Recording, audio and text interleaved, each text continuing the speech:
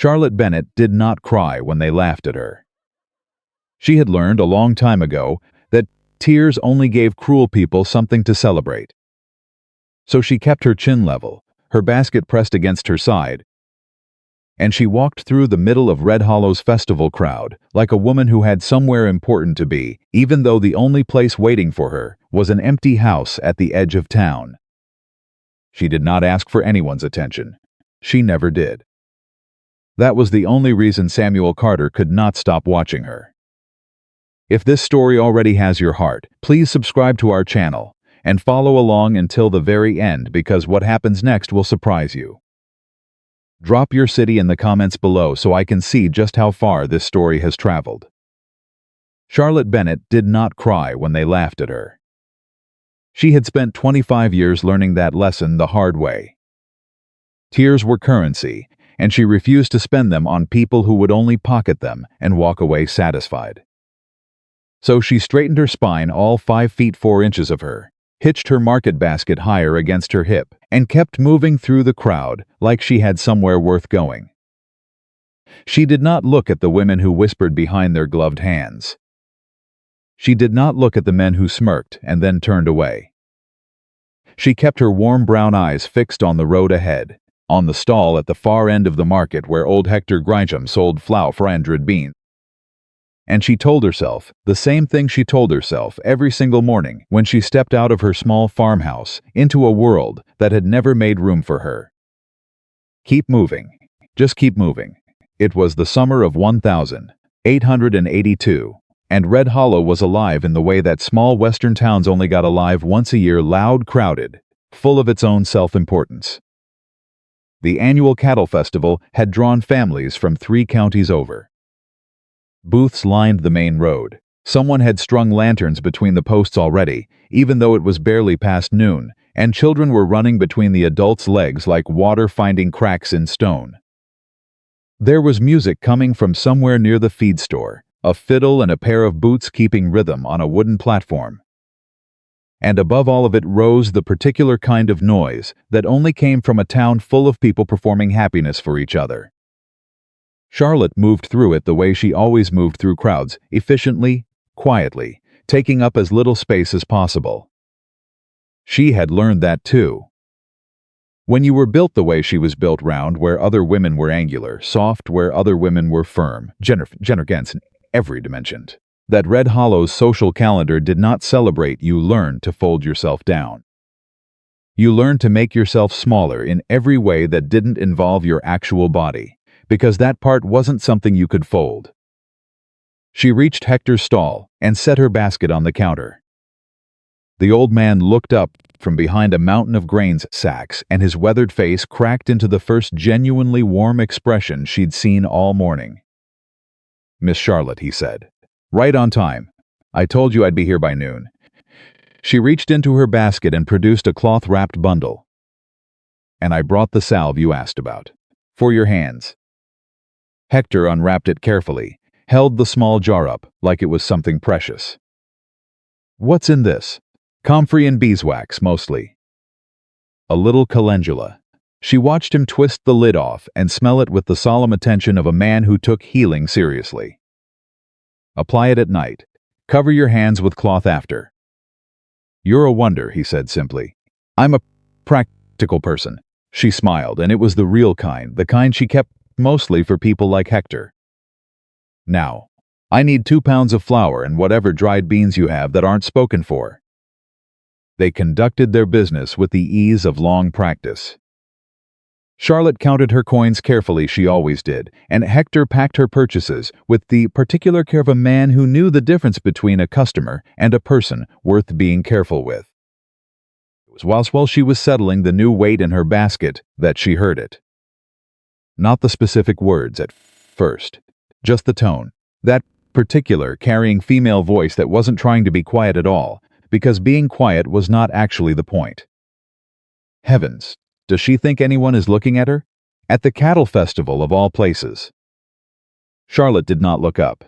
I suppose she has to buy her flour somewhere. A second voice, lighter, with a little laugh wrapped around it like a ribbon on a rock.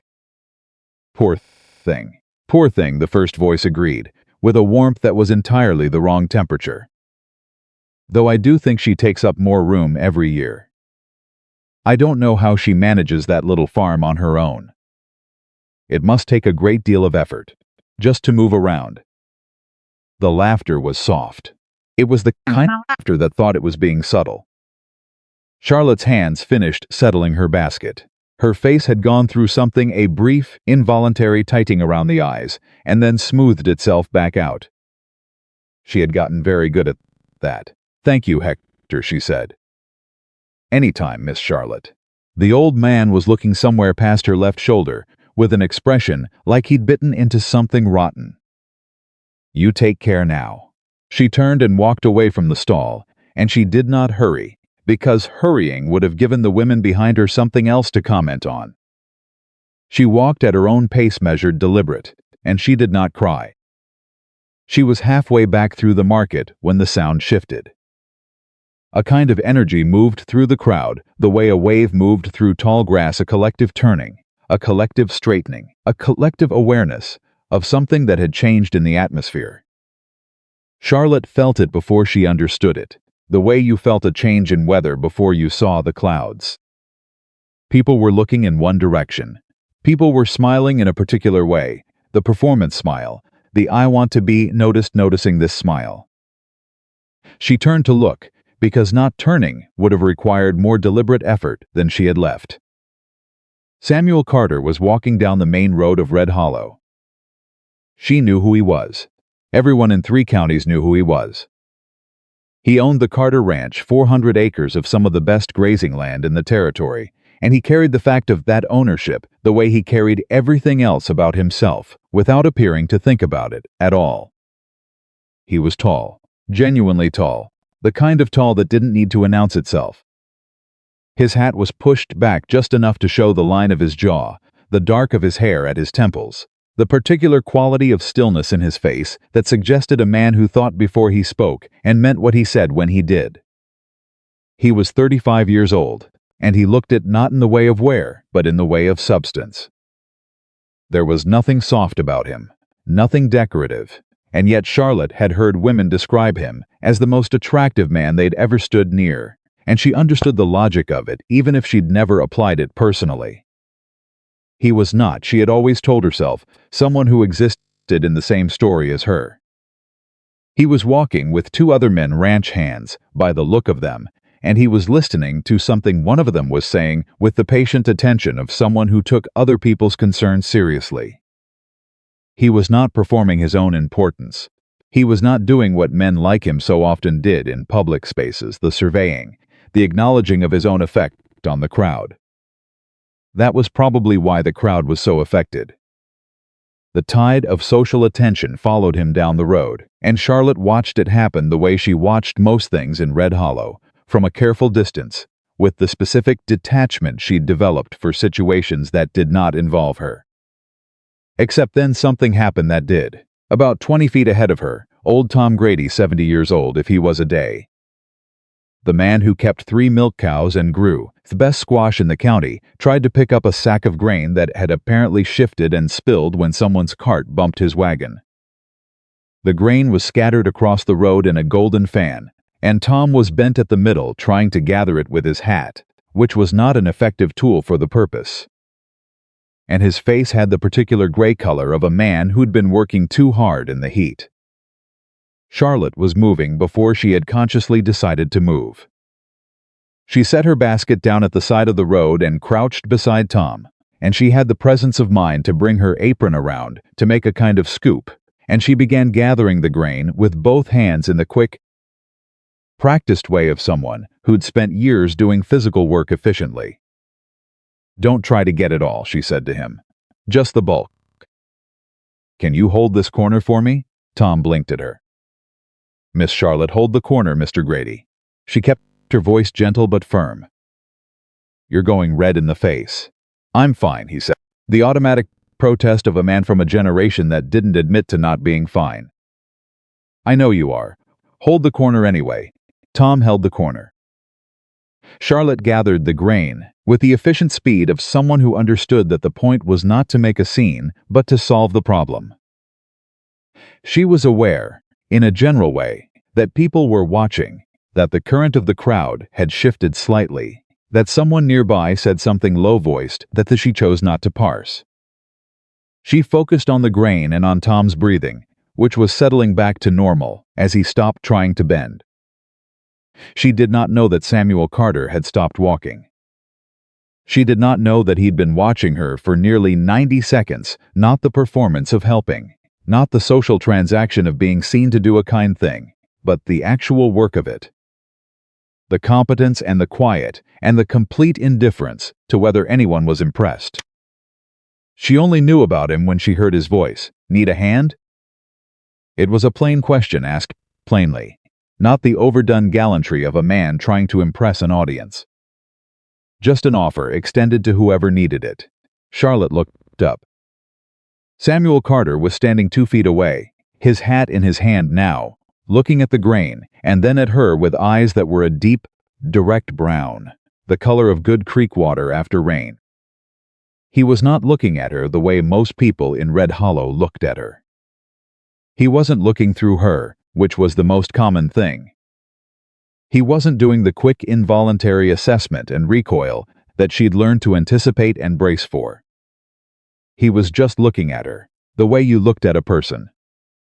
It was so uncommon that it took her a full second to process. "We're nearly done," she said. "Thank you." He crouched down anyway, because apparently thank you in this context meant something to him that it didn't always mean to other people. He gathered a double handful of grain and deposited it into the improvised apron scoop she was holding, and the efficiency of the gesture no excess. No theater told her something about him that no one in 3 counties had bothered to tell her directly.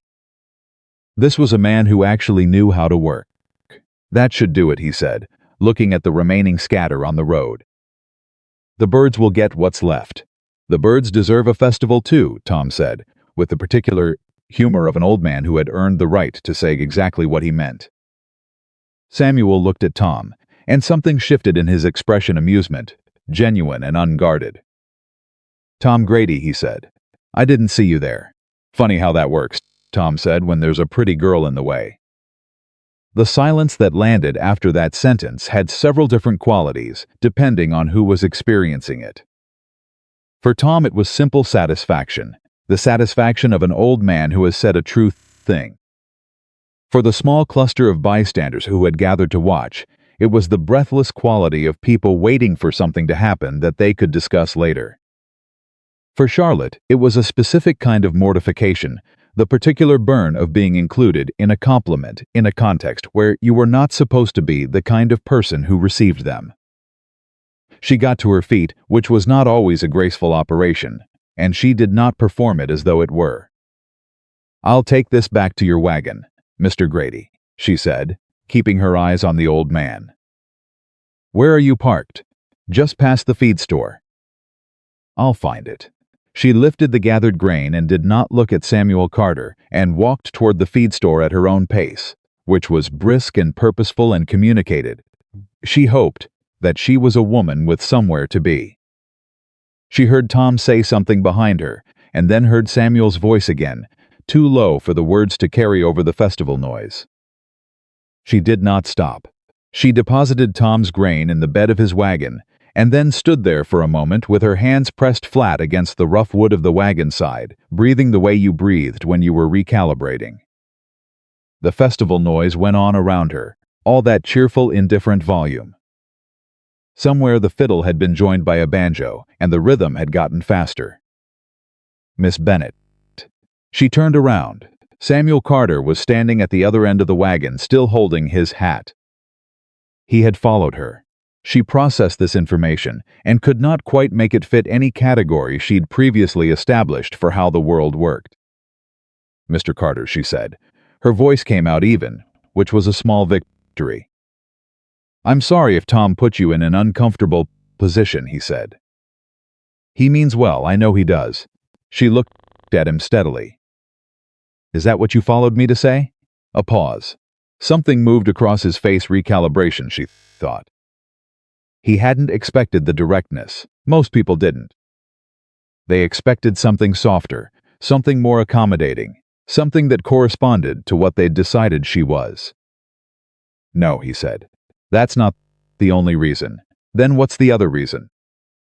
He was quiet for a moment, and the quiet had weight to it, the weight of a man who chose his words, because he'd learned that words chosen carelessly cost more than the time you saved by not thinking. "I'd like to walk you home," he said. Charlotte looked at him. She looked at him the way she looked at everything she needed to understand directly, without softening the edges. He was serious. That was the thing that settled over her like cold water. He was absolutely, completely serious. "Why?" she said. He seemed to consider the question with the same weight he'd given the offer. "Because I'd like to know you better, and because it's a long walk to your farm, and the road gets rough past Miller's Creek." "I've walked that road 200 times, she said. "I know where the rough parts are." "I know you do." He met her eyes without flinching. "The question isn't whether you need the company. It's whether you'd like it." Charlotte felt something happen in her chest. It was a specific sensation, not comfortable, not pleasant. More like the feeling of a window opening in a room that had been closed too long, where the first rush of outside air was almost too much to process. She did not trust it. She had learned, methodically and thoroughly, not to trust the things that felt like windows opening, because the wind that came through wasn't always kind, and the closing was always worse than the shut had been. "I don't think that would be a good idea," she said. His eyebrows moved just slightly. "Why not?" "Because people would talk." She said it flatly, without apology. "And the things they'd say would be unkind, and they'd be unkind in ways that had nothing to do with anything either of us actually did. And I've had enough of that for one morning." She picked up her market basket from where she'd left it, leaning against the wagon wheel. "So thank you for the offer. It's a kind thing to say." "Goodbye, Mr. Carter." She walked away from him for the second time, and this time she made it all the way to the edge of the festival crowd before she let herself exhale. She thought about him the whole walk home. She didn't want to. She made an active effort not to directing her attention to the weight of her basket, to the way the road dust rose around her boots, to the list of things she still needed to do before sundown. Feed the chickens. Check the herb garden. Make sure the fence post along the north field hadn't shifted again after last week's wind. There were real and practical things in the world, and they made better anchors than the memory of a man's face when she'd told him no. But his eyes kept coming back, the particular quality of his attention. The fact that he hadn't looked at her like she was an inconvenience or a curiosity or a footnote in some story that was actually about someone else. He'd looked at her like she was the main thing in the story. That was the problem. Charlotte had learned, at 17 learned it in the specific, searing way that you only really learned the lessons that came with that kind of pain, not to believe in the people who looked at her like she was worth looking at. She had believed in one such person once, a young man named James Whitfield, who had been passing through Red Hollow with a surveying party, who had spent 2 weeks looking at her exactly the way Samuel Carter had looked at her this afternoon. James Whitfield had been sweet-mannered and articulate and had held her hand during the church social and told her she had the kindest eyes he'd ever seen. She had believed him. She had believed him right up until the morning she saw him standing with Eileen Marsh Eileen, who was slim and blonde and whose father owned half the county, and overheard him explain to a laughing friend that sometimes a man got lonely on a long road and took what comfort he could find, and it wasn't anything serious, obviously. It wasn't like he'd taken up with someone he actually. She had not let herself hear the end of that sentence. She had walked home and she had fed the chickens, and she had made herself a careful, methodical supper, and she had not cried, and the next morning she had gotten up and done the same things, and they had been the only real things, after that. The chickens and the herbs and the fence posts and the road. The things that required her attention and responded to her care and did not decide, after consideration, that she wasn't quite what they wanted after all. 8 years was long enough to learn a lesson permanently. She arrived home and pushed open the door and set her basket on the kitchen table and stood in the silence of her own house, which was small and needed repair in two places and smelled like drying herbs and something faintly sweet from the jam she'd put up last week. And she told herself, quietly and firmly, that Samuel Carter was a wealthy rancher who would not have given her a second thought by this time tomorrow. She believed it because she had learned how to believe things, whether they felt true or not. She was wrong about the second thought. She didn't know it yet, but Samuel Carter had in fact thought about very little else for the remainder of the festival. He'd sat through a long lunch with his ranch foreman, Walt Briggs, a conversation about cattle prices and the state of the northern fence and whether they needed to hire another hand before the dry season got harder, and he'd contributed to it the bare minimum that kept Walt from noticing he was somewhere else entirely in his head. He'd shaken hands with 3 men who wanted to talk about land, and 2 men who wanted to talk about water rights, and 1 man who simply wanted to stand near him long enough to be seen standing near him. And through all of it, a part of his mind was still standing at the back of Tom Grady's wagon, watching Charlotte Bennett pick up grain with her hands. He'd been attending this festival for 15 years. He knew what it looked like from the inside, the way people arranged themselves, the calculations happening beneath the social surface, the particular dynamics of a community performing itself for its own benefit. He'd stopped being impressed by most of it sometime around his 25th year, which was also around the time he'd started understanding what his father meant when he said that wealth complicated everything it touched. His father had meant it as a complaint. Samuel had learned to take it as a warning. He knew what the women at this festival wanted. He knew what their fathers wanted.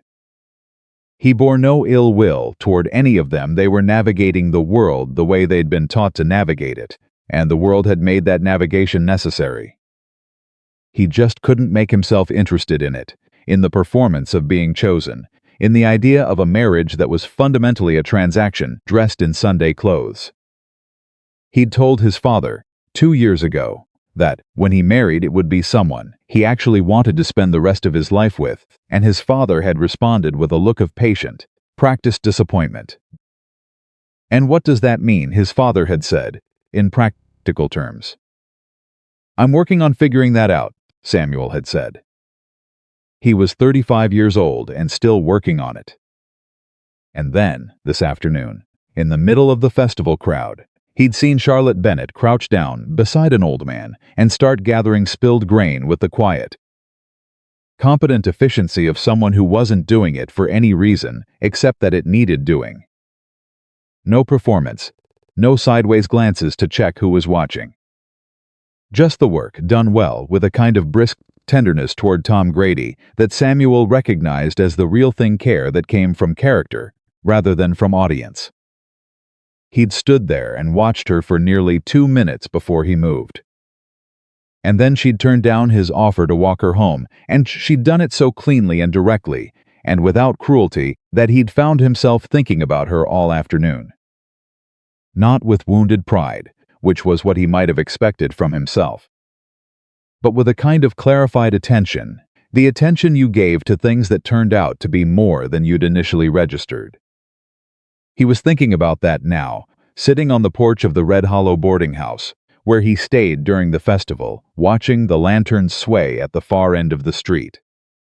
Walt had gone to find supper. The festival noise had settled into its evening register, lower, warmer, the specific sound of a community relaxing into itself. His father's voice, in his head, said, "The Bennett girl. She has nothing. No family, no land, no position. Be sensible, Samuel." His own voice, answering, "I didn't say I was going to marry her. I said I wanted to know her." His father's voice, "At your age, those things amount to the same thing." He got up from the porch chair and went inside and told himself to get some sleep. He thought about her eyes for another hour before it came.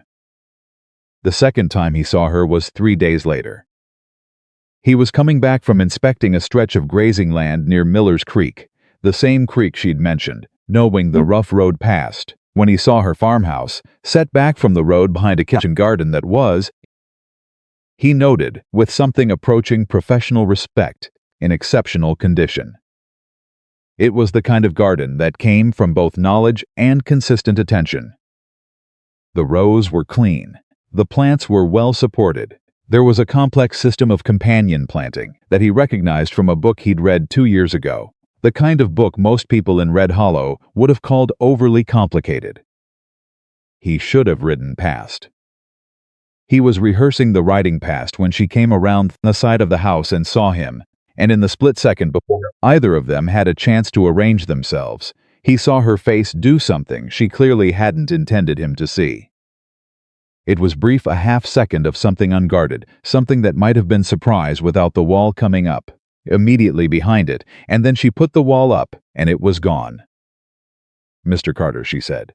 She was carrying a bucket, and she shifted it from one hand to the other, without dropping her gaze. "Miss Bennett." He stopped his horse.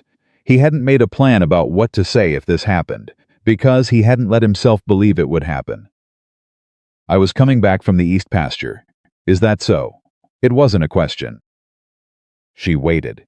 "Your garden is remarkable," he said, because it was, and because it was a true thing he could say without exceeding what she'd given him permission for. Something shifted in her expression, not much but enough to see. "Thank you. Is that purple basil?" She blinked, clearly not what she'd expected. "It is, yes. I read an article about companion planting 6 months," he said. "It mentioned purple basil as a deterrent for certain insects. I didn't know anyone around here was actually using it." "Most people think it's excessive," she said, and something had shifted again. He could hear it in her voice. A kind of involuntary interest engaging against what he suspected was her genuine preference for keeping him at distance. "Or impractical, the purple basil or the companion planting?" "Both. What do you think?" She looked at him for a moment with those direct brown eyes. "I think practical is what works," she said. "And this works." He found suddenly that he was smiling. Not the social smile, the real one, the one that came from something actually striking him as worth smiling at. He didn't do it often enough to have perfected a controlled version of it. Charlotte Bennett saw it, and he saw her see it, and something happened in her expression that she controlled before he could fully read it. But it was there. He'd seen enough people's faces to know when something landed where they didn't want it to land. "I won't keep you," he said. He meant it. He wasn't going to push where she hadn't opened a door. "Good afternoon, Miss Bennett." He started to turn his horse. "Mr. Carter." He turned back. She was looking at him with the expression of a woman who had made a calculation and was not entirely sure she trusted the result. "The north field near my property line," she said. "There's a section of your fence that started leaning. Third post from the oak tree." He looked at her. "I noticed it last week," she said. "I didn't know how to." She stopped. "I'm telling you now." "Thank you," he said. And then, because it was true and because he'd decided, somewhere in the last 3 days, that being honest with Charlotte Bennett was the only approach that had any chance, "I'll come back to check it." "That's all right with you." A pause, longer than it needed to be for a simple answer. "It's your fence," she said. "It borders your property," he said. "That makes it your concern, too." She looked at him for another long moment, and he held still and let her look, because he understood, without fully understanding how he knew, that this was a woman who needed to be able to see something clearly before she could decide what to do with it. "Fine," she said at last. "It leans east." "I'll bring a mallet," he said. He rode away with the specific feeling of someone who has made very slow progress in a direction that matters. And he did not let himself turn around to see if she was still watching, because some things were better not tested. Walt Briggs, when Samuel arrived back at the festival grounds and dismounted, gave him a long look. "You find something interesting out east?" Walt said. "The grazing land looks good for next month," Samuel said. "Sure," Walt said. He had the expression of a man who'd worked for someone long enough to know when they were answering a question that hadn't been asked. "That all?" "That's all," Samuel said. Walt nodded slowly. Right, he said. Right. He came back to the fence on Thursday. Charlotte heard the horse on the road before she saw him, and she had 2 full minutes to decide what to do with that information. She could go inside. She could be very busy in the back of the garden. She could be the kind of woman who didn't notice things unless they directly required her attention. She was pulling weeds from between the bean rows when he came through the gate, mallet in hand, and said, "Morning, Miss Bennett." "Morning," she said. She did not stop weeding. He went to the fence. She heard the sounds of a man who knew what he was doing with a mallet, efficient, unhurried, no unnecessary strikes. She kept her eyes on the bean rows and her hands in the dirt and told herself that his presence on the edge of her property was not something she needed to organize her feelings about.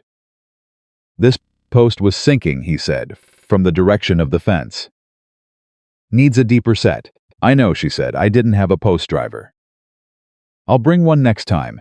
She stopped weeding. "Next time," she said carefully. A pause. She could hear him tamping the ground around the post. "Unless you'd rather I didn't," he said, plainly, without pressure. She sat back on her heels and looked at the bean rows and thought about James Whitfield, and about the road past Miller's Creek, and about the way this man's face had looked 3 days ago when he'd smiled, genuinely, because she'd said a true thing about purple basil. "Mr. Carter, Samuel," he said, "if you're willing."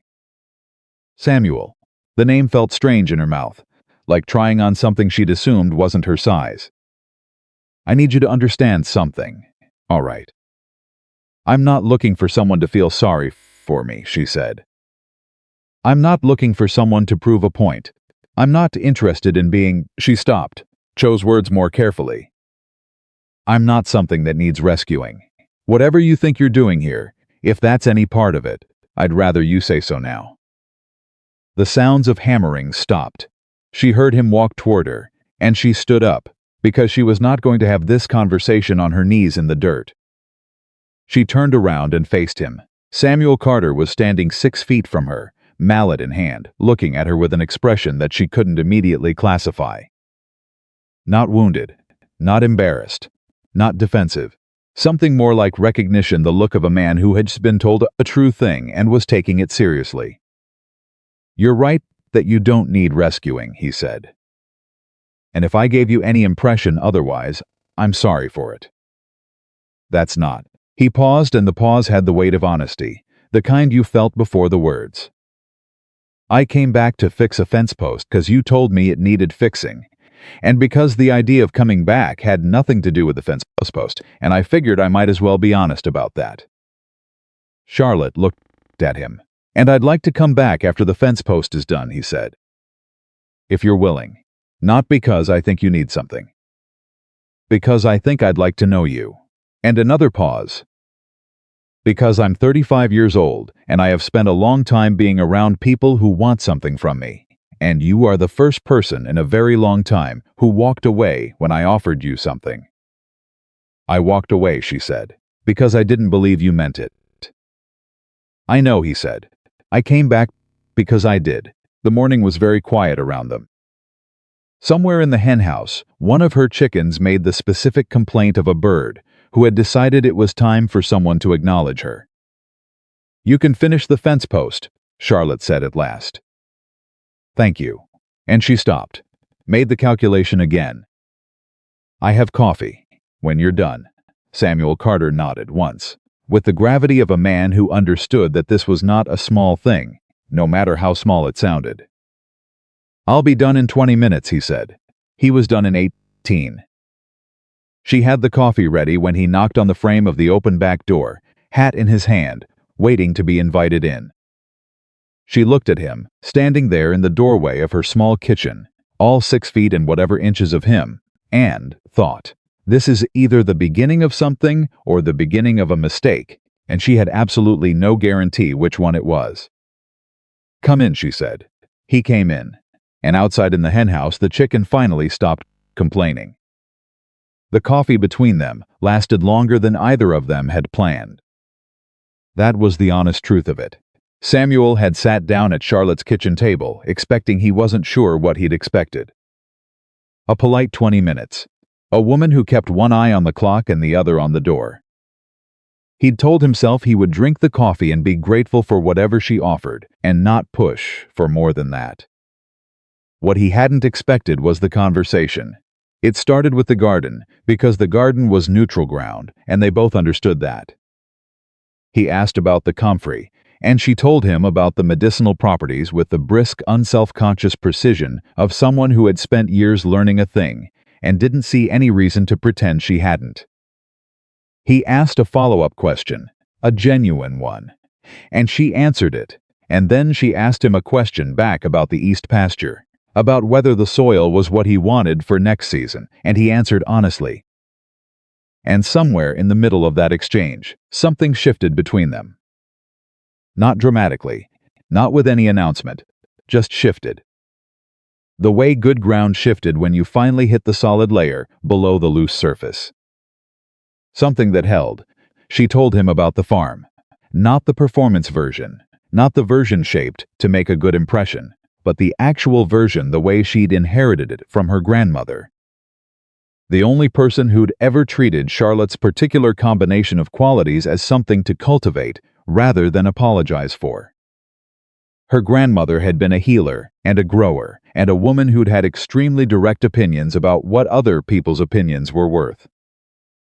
She used to say, Charlotte told him, eyes on her coffee cup, that the only people worth listening to were people who were doing something useful with their time. Anyone who had enough leisure to spend it judging other people was demonstrating, right there, that they weren't worth listening to. Your grandmother sounds like she was a practical person, Samuel said. She was the most practical person I've ever known. A pause. She died 4 years ago.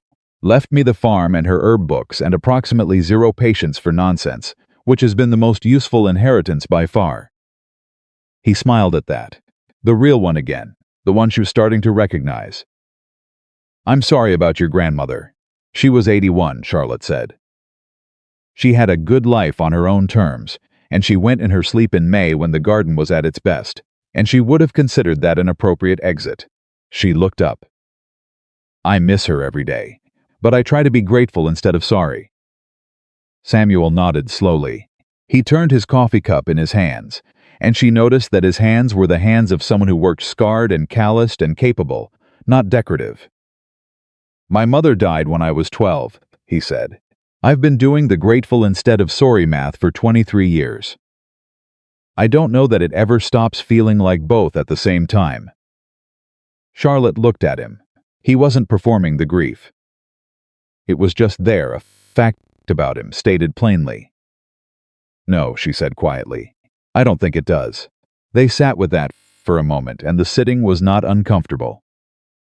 It was the specific comfort of two people who had both learned that some things didn't resolve, they just became part of the landscape, and who recognized that quality in each other without needing to explain it. Samuel left an hour and 40 minutes after he'd arrived, and Charlotte stood at the kitchen door, Walmart back toward the main road, and did not let herself think too clearly about what that hour and 40 minutes had been. Because thinking too clearly about it would require her to make a decision about it, and she was not ready to make that decision. She went back to the bean rows instead. She was almost peaceful about it. Almost. He came back on Saturday. Not to the fence this time, he was finished with the fence. He came to the front gate and knocked and waited, hat in hand, like a man who understood that the terms of entry were not his to set. She opened the door and looked at him. I found myself with the afternoon free, he said. And I thought I'd see if you needed anything done. I don't need anything done, she said. All right. He didn't move. Then I thought I'd see if you wanted company. Charlotte looked at him for a long moment. Then she stepped back from the door. I'm putting up tomatoes, she said. You can help if you know what you're doing, and you don't get in the way. I know how to put up tomatoes, he said. My mother taught me before she died. She stepped further back and let him in. She set him to work peeling, because that was the job that required the least oversight and the most patience, and she watched sideways while she handled the jars to see whether he was actually useful or whether he was one of those men who performed usefulness while requiring more management than the task itself. He was, she discovered with a feeling she immediately distrusted, genuinely useful. He peeled at a consistent speed. He didn't complain about the heat from the stove. He didn't try to take over the parts she hadn't assigned him. And when she gave an instruction, he followed it the first time, without requiring it to be explained or softened. "You've actually done this before," she said, after 20 minutes. "I told you. People say a lot of things." He glanced at her with something in his expression that was almost wry. "Fair enough." They worked in companionable quiet for a while, and then, he said, without looking up from the tomato in his hands, "Can I ask you something?" "Depends on the something. What do you do with all of it?" He gestured at the jars already lined up on the counter, the ones she'd put up over the past weeks. "You live alone. This is more than one person uses." "I sell some at market," she said. "I trade some with neighbors. I give some away when people need it. Who do you give it away to?" She was quiet for a moment, her hands busy with the jars. "People who are short at the end of winter. The Hadley family, sometimes they've had a rough stretch since Tom Hadley broke his arm. Old Mrs. Pierce when she can't get to market. Whoever needs it." Samuel said nothing, but she could feel him processing it, the way you felt a room's temperature change before anyone said the weather had shifted. "My father would say that's not a good business practice," he said finally. "Your father sounds like a man who measures everything in terms of business practice." A pause. "He'd take that as a compliment, I know," Charlotte said. "That's why I said it that way." He looked at her. She didn't look up from her jars, but she heard something change in his breathing, not dramatically, just a slight release, like a man who'd been holding something careful and had found somewhere safe enough to set it down. She told herself that was not her concern. She was aware, even as she told herself, that she was not actually being honest. The fourth visit was not to her farm. She was at the market on a Tuesday morning, 3 weeks after the festival, and she was standing at the dry goods counter, trying to decide between two options that were both slightly more than she could comfortably afford when she became aware. In the particular way she'd developed over 25 years of social navigation, that a conversation was happening nearby about her. Not whispered. That was the thing about Margaret Hollis and her particular circle of Red Hollow's social architecture. They didn't bother to whisper because they had determined, somewhere along the way, that Charlotte Bennett was not the kind of person who warranted the effort of discretion. "I heard he was seen at her farm twice," said Margaret Hollis, who was 43 and whose husband owned the dry goods store, which was perhaps why she felt no compunction about conducting her social commentary in it. "Twice. In 1 week. Fixing a fence," said someone Charlotte recognized as Dottie Marsh, Eileen's older sister, which meant the information had originated somewhere close to the Marsh family and therefore was probably accurate. "That's what they're saying." "A fence," Margaret said, with a particular tone that removed all structural meaning from the word. "A fence that, as I understand it, would take a capable man perhaps an hour to fix." "At most." "Well," Dottie said, "he's a generous neighbor." "He's Samuel Carter," Margaret said. "Samuel Carter does not spend his Tuesday afternoons fixing fences for a pause that managed to be both brief and enormous." For charity, Charlotte selected the better flower. Her hand was perfectly steady. She carried it to the counter and waited for Margaret's husband Gerald to finish with his customer. And she looked at the wall behind the counter and breathed at a measured rate and thought about tomatoes. "Miss Bennett." She turned. Margaret Hollis was standing 3 feet from her, wearing the specific expression of a woman who had decided that what she was about to do was kindness. "Mrs. Hollis," Charlotte said. "I don't want to be unkind," Margaret said, which was what people said when they had decided to be unkind in a way that required preemptive self-absolution. "But I feel it would be a disservice to you, as a woman who has always been perfectly pleasant, not to say something." Charlotte waited. She had learned that waiting was often the most effective response, because it required the other person to hear what they were actually saying without the cushion of her reaction to soften it. Samuel Carter is a wealthy man from a prominent family, Margaret said. And men like that, sometimes they're kind. They mean well. But they don't always understand how their kindness looks to a woman who might take it the wrong way. She tilted her head. I just think it would be a shame if you misread something. Built expectations that weren't realistic. Charlotte looked at her. Margaret had the grace to look slightly uncomfortable under that look, though not enough to stop talking. I appreciate your concern, Charlotte said. Her voice was even and she was proud of it. Gerald, I'll take the flour and 2 pounds of salt. Of course, Miss Charlotte.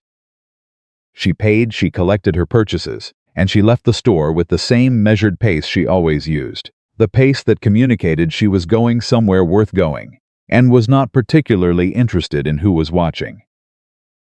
She was most of the way down the main road when she heard boots behind her. Faster than her pace. She turned, already knowing, and it was Samuel, coming from the direction of the bank, having clearly seen her leave the store. Charlotte, he fell into step beside her, adjusting immediately to her pace, not slowing her or speeding her. You all right? She looked at him. You saw that. I heard some of it. His jaw was set in a way she hadn't seen before. I'm sorry. Don't apologize for Margaret Hollis, she said. She's been saying things like that for 15 years. I'm not surprised by it. That doesn't make it all right. No, she agreed. It doesn't. But being surprised by something and being hurt by it aren't the same thing. I know who she is. I've always known who she is. She kept walking. What I don't know is what you're doing here, Samuel. A pause. He kept pace beside her. What do you mean? I mean, she stopped walking, because this conversation required stillness.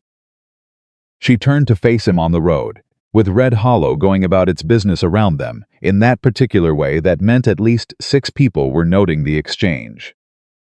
I mean that I have spent 3 weeks trying to understand what you're doing, and I can't figure it out. And I need to, because I'm not a person who can afford to be confused about this. I need to understand what this is. Samuel looked at her. The expression on his face had the quality of a man facing something he'd been thinking about from a distance and now had to address at close range. It's what it looks like, he said. What it looks like, she repeated carefully, is a wealthy ranch owner spending his free time at a farm that borders his property, in ways that have given Margaret Hollis ammunition for a conversation that will be all over this town by sundown. Good, he said. Charlotte stared at him. Let it be all over town, he said. I'm not hiding anything. I'm not embarrassed by anything. And if Margaret Hollis wants to talk about the fact that I've been spending time with you, she is welcome to, because I intend to spend more time with you, and she might as well know it, now as later. The word intend landed somewhere in Charlotte's chest, and stayed there. Samuel, I know what you're going to say, he said. You're going to say you don't want to be the subject of gossip. You're going to say it isn't worth the trouble. You might say something about how men like me don't actually mean what we say, and you'll have reasons for that, reasons that are probably real and probably deserve respect. He paused. And I'm not going to tell you that you're wrong to think any of those things. I'm going to ask you to let me show you something different. That's easy to say, she said. I know it is. He looked at her steadily. That's why I'll keep saying it until what I do matches what I'm saying. Charlotte looked back at him, and for a moment the main road of Red Hollow ceased to exist in the way that it usually existed, ceased to be something she had to navigate carefully. And she saw only this man standing in front of her, saying things that felt true in the specific, dangerous way that true things did when you weren't sure you were ready for them. All right, she said at last. All right, what? All right. Keep showing me. She picked up her basket. I'm going to reserve my judgment. That's all I'm asking, he said. She started walking again. He fell into step beside her, and they walked together down the main road of Red Hollow, and 6 people noted it, and by sundown Margaret Hollis had told 11 more, and every single one of them thought they understood what was happening. Not one of them was right. The thing they didn't understand was this: Samuel wasn't courting Charlotte the way a man courted a woman in Red Hollow in 1882.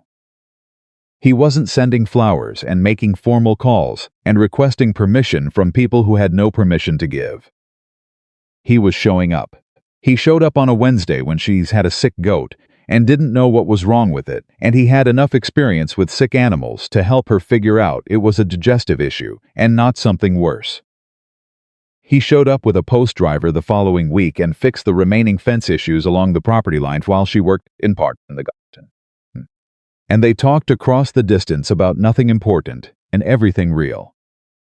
He showed up once with a book he'd ordered from a catalog in Denver, a newer volume on medicinal herbs. One she'd mentioned not having access to, and handed it over at the gate as if it were nothing more complicated than returning something borrowed. She stared at the book, then at him. "I saw you'd been working from a copy at the county library," he said. "I thought it might be useful to have your own." "Samuel," she said. "It's a book," he said. "Don't make a speech about it." She almost smiled. She said instead. He nodded, tipped his hat, and left. She stood at the gate for a full minute, holding the book before she went back inside. The real problem, the one she lay awake at night turning over, was that he was precisely as consistent as he said he would be. Every week, something, never overwhelming, never demanding, never in a way that required her to respond with anything more than she wanted to give. He brought what he offered. He did not ask for more than she provided, and he absorbed the careful limits she'd set around herself, without pushing against them or performing offense at their existence. It was, she thought, the most sophisticated thing she should ever seen a man do. And she couldn't decide whether that sophistication meant she should trust it more or trust it less. She was in the herb garden late July now, the heat something you wore rather than felt when she heard hoofbeats on the road that were moving faster than a man going somewhere slowly. She straightened and shaded her eyes and saw, with a particular sinking feeling, that it was a rider she didn't know heading toward the Carter ranch. 2 hours later, she found out why. Briggs showed up at her gate in the late afternoon, dusty and looking like he'd been moving fast, with an expression that said he wasn't entirely comfortable with the errand he'd been sent on. "Miss Charlotte," he said, "Mr. Carter wanted me to let you know he's been called back to the main ranch. His father's arrived from Cheyenne." Charlotte looked at him. His father. "Yes, ma'am." Walt had the look of a man who knew more than he was saying and had been told not to say it. "He wanted you to know himself, but it's complicated, with his father. He asked me to tell you he'll come as soon as he can." "Walt," Charlotte said, careful and direct. "What's his father come about?" Walt looked at his boots, then back up. He was a plain-spoken man, she'd determined, who was wrestling with a conflict between his employer's privacy and his own honesty. "There's a woman," he said finally. "A Miss Hargrove, from Cheyenne. Annalise Hargrove. Her father and Mr. Carter's father they've had an arrangement in mind for a couple of years now." Charlotte heard this. She processed it with the specific methodical care of a person who has been waiting for the thing she knew was coming. "An arrangement," she said. "Nothing's been settled," Walt said, quickly, because he was apparently not going to be comfortable leaving it at arrangement. "Mr. Carter, he's never agreed to it. But his father is the elder Mr. Carter is a persistent man, I see," Charlotte said. "Thank you for telling me, Walt. He'll come when he can, Miss Charlotte." "That's what he said." She nodded. Walt tipped his hat and left. Charlotte went back into the house and sat at the kitchen table and set both hands flat on the wooden surface and looked at nothing for a long time. This was the thing. This was the thing she'd known was there, underneath the coffee and the fence posts and the herb book from Denver. The world that Samuel came from, the real world, the one with arrangements and Cheyenne and Miss Annalise Hargrove and fathers, who arrived to remind wealthy ranch owners of what they owed their families. She had known it was there. She had known since the first afternoon at the gate that she was choosing to pretend not to see it. She opened the herb book he'd given her. His handwriting was on the inside cover. She hadn't looked before, had told herself she wouldn't, that it was just a book and she wasn't going to read things into a book. But now she looked. It said for Charlotte, who knows what things are worth when no one else bothers to look. She closed the book. She put her hands over her face and she did not cry, because she had a long-established rule about crying, and also because she wasn't entirely sure what she would be crying about. Whether it was the hurt of the thing she'd expected or the more complicated hurt of having been given something real enough to miss. She sat there for a while. Then she got up and put supper on, because the chickens still needed feeding and the beans wouldn't harvest themselves, and the world continued requiring her attention with complete indifference to her feelings about it. That night she slept with the herb book on the table beside her, which was not something she analyzed. He arrived at her gate 2 days later, and she saw immediately that something had happened to him. Not the physical fact of him, he was the same height, the same weathered face, the same deliberate way of moving.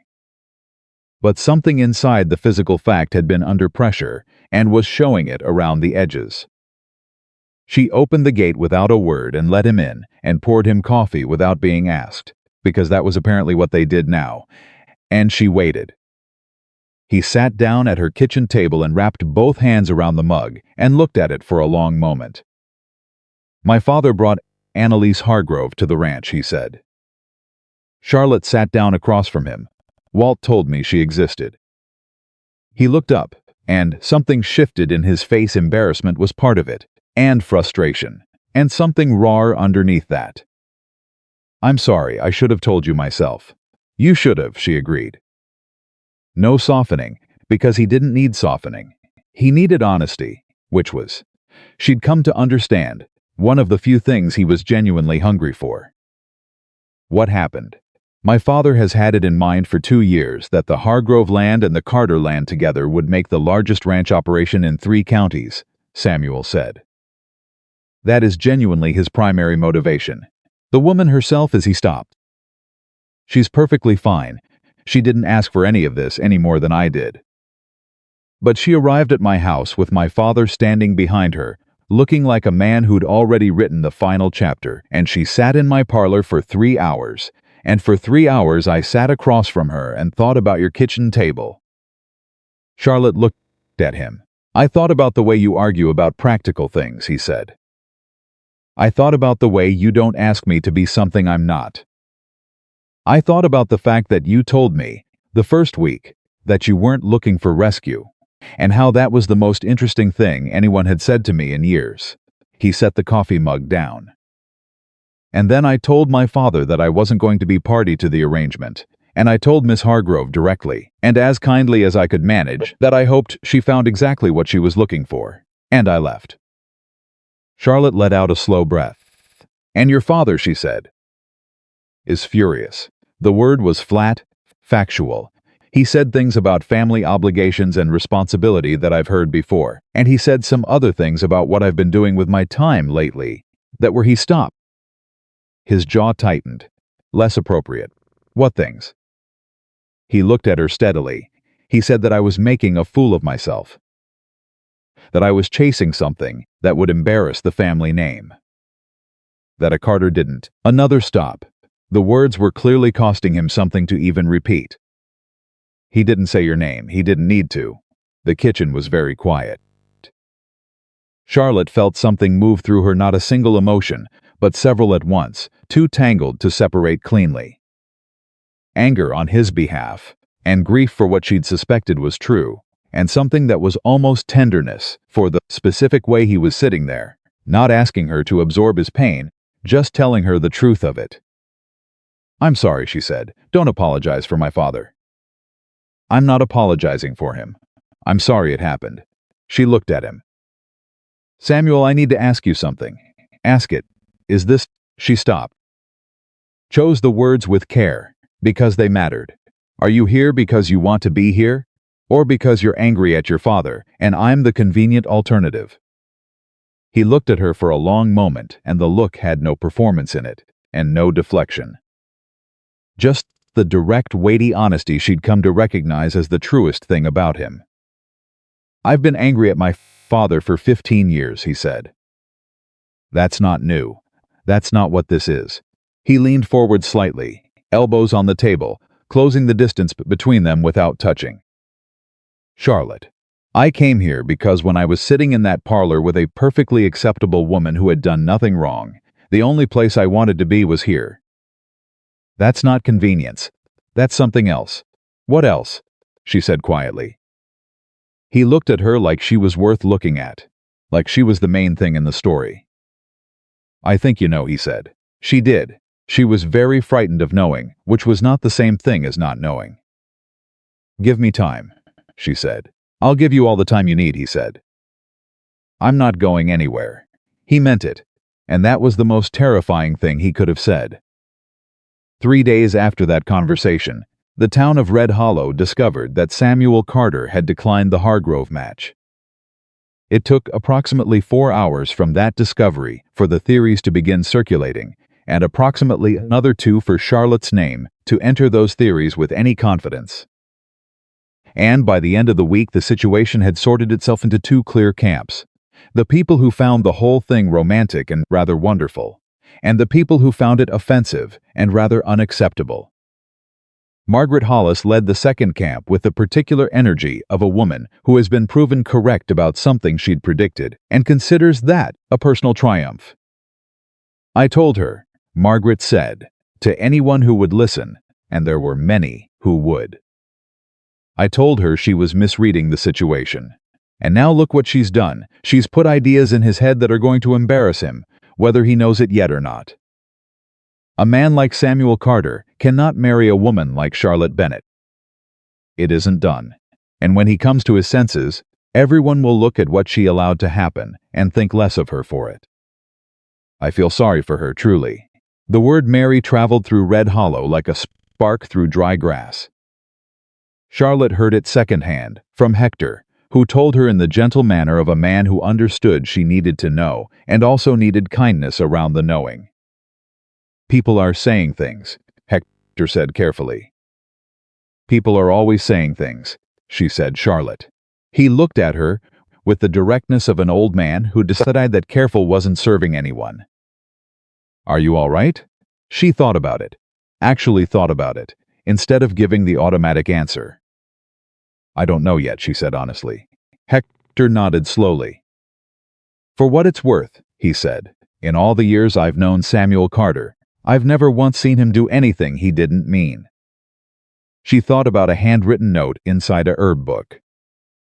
She nodded and picked up her basket and went home, and she sat in the kitchen with the book open in front of her and thought about what it cost to let someone mean what they said. It cost everything, was the thing. It cost the entire careful architecture she'd built around herself over 8 years. Every wall and every narrow door, every rule about expecting nothing, so that nothing could be taken. It cost the version of herself that was safe because it was small. She turned a page in the herb book and looked at the plant diagrams without seeing them. The next morning, she baked a pie-dried apple, because it was what she had, and wrapped it in cloth, and she carried it to the Carter Ranch herself for the first time. She walked up to the front gate and knocked. Walt Briggs opened it, and his expression when he saw her went through something she wasn't entirely sure how to read. "Miss Charlotte," he said. "Is he home?" she said. "He's in the south barn." Walt looked at the pie, then back at her face. Then he opened the gate wider. "I'll take you." She walked across the Carter Ranch yard for the first time, and it was larger than she'd understood from the outside, and better kept. And she noted those facts with the automatic practical part of her mind, while the rest of her mind was occupied with the specific business of walking towards something rather than away from it. Samuel came out of the barn before Walt had to call for him, and he stopped when he saw her. "It's apple," she said. "Dried, not fresh. The summer crop isn't ready yet." He looked at her. He looked at the pie. He looked back at her face. "You came here," he said. "I did," she said. "I came to tell you." She stopped. The thing she'd prepared in the kitchen that morning had sounded better in the kitchen. "I came to tell you that I'm still reserving my judgment. But I'm reserving it here, instead of from a distance." Samuel Carter stood in the yard of his ranch in the morning sun, and something crossed his face that she couldn't have named, but recognized the shape of relief, maybe, or something deeper than relief. Something that had been held under tension for a long time and had just now been allowed to ease. "Come inside," he said. "I'll make coffee." "I know how to make coffee," she said. "I know you do," he said. "Come inside anyway." She went inside. And somewhere on the other side of Red Hollow, Margaret Hollis was already telling the story wrong. But Charlotte Bennett was sitting in a kitchen that wasn't hers, at a table she hadn't built, and for the first time in 8 years, the walls around her had a door in them, and the door was open, and she was sitting in the light that came through it. She was terrified. She was also quietly and carefully, and with her full reservation of judgment still intact, beginning to believe. The pie was gone by the end of that first morning at the Carter Ranch, and the coffee between them lasted even longer than it had at her kitchen table. That was how Charlotte marked time now, without entirely meaning to, in the weight of conversations, in the quality of silences, in the small calibrations of trust that accumulated the way good soil accumulated, layer by patient layer. She had spent 8 years making herself small and safe and alone, and she was discovering that undoing 8 years of careful architecture was not a sudden event. It was a series of mornings, a series of doors opened one careful inch at a time. She came back to the ranch the following Tuesday. Not with a pie that time, just herself, and Walt Briggs opened the gate with the expression of a man who had seen enough of life to know when something real was happening and had decided to simply not obstruct it. Samuel was in the north field when she arrived, and she walked out to find him, which was another thing she filed quietly away, that she had walked onto his land and through his gate and directly toward him without waiting to be summoned. And the world had not ended, and she had not dissolved. He saw her coming, and his face did the thing it did, the thing she'd stopped pretending she didn't notice. "You're early," he said. "I said I'd come Tuesday," she said. "It's Tuesday. I meant earlier than I expected." He looked at her with that steady, level attention she'd come to recognize as simply how he looked at her, not calculating, not performing, just present. "I'm glad." She stood beside him in the north field, and he explained the problem he was trying to solve, a drainage issue that was threatening 2 acres of grazing capacity, and she listened with genuine interest. Because she understood land and water, and the particular stubbornness of both, and after a few minutes, she said something practical about the angle of the slope, and he went quiet, and then said slowly, "That would actually work." "It would," she said. "My grandmother's east field had the same problem. She redirected it with a simple channel. I can show you where she dug it, if you want to see the approach." He looked at her. "You'd show me your grandmother's field." "It's my field now," she said, "and yes." That afternoon they walked the boundary between his land and hers, and she showed him where her grandmother had solved the problem 40 years ago, with nothing but a shovel and a clear understanding of how water moved.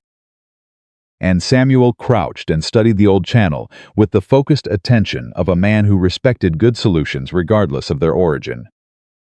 He asked questions, real ones, the kind that required her to think before answering. And she answered them, and somewhere in the middle of that exchange, she realized they were not talking about drainage anymore.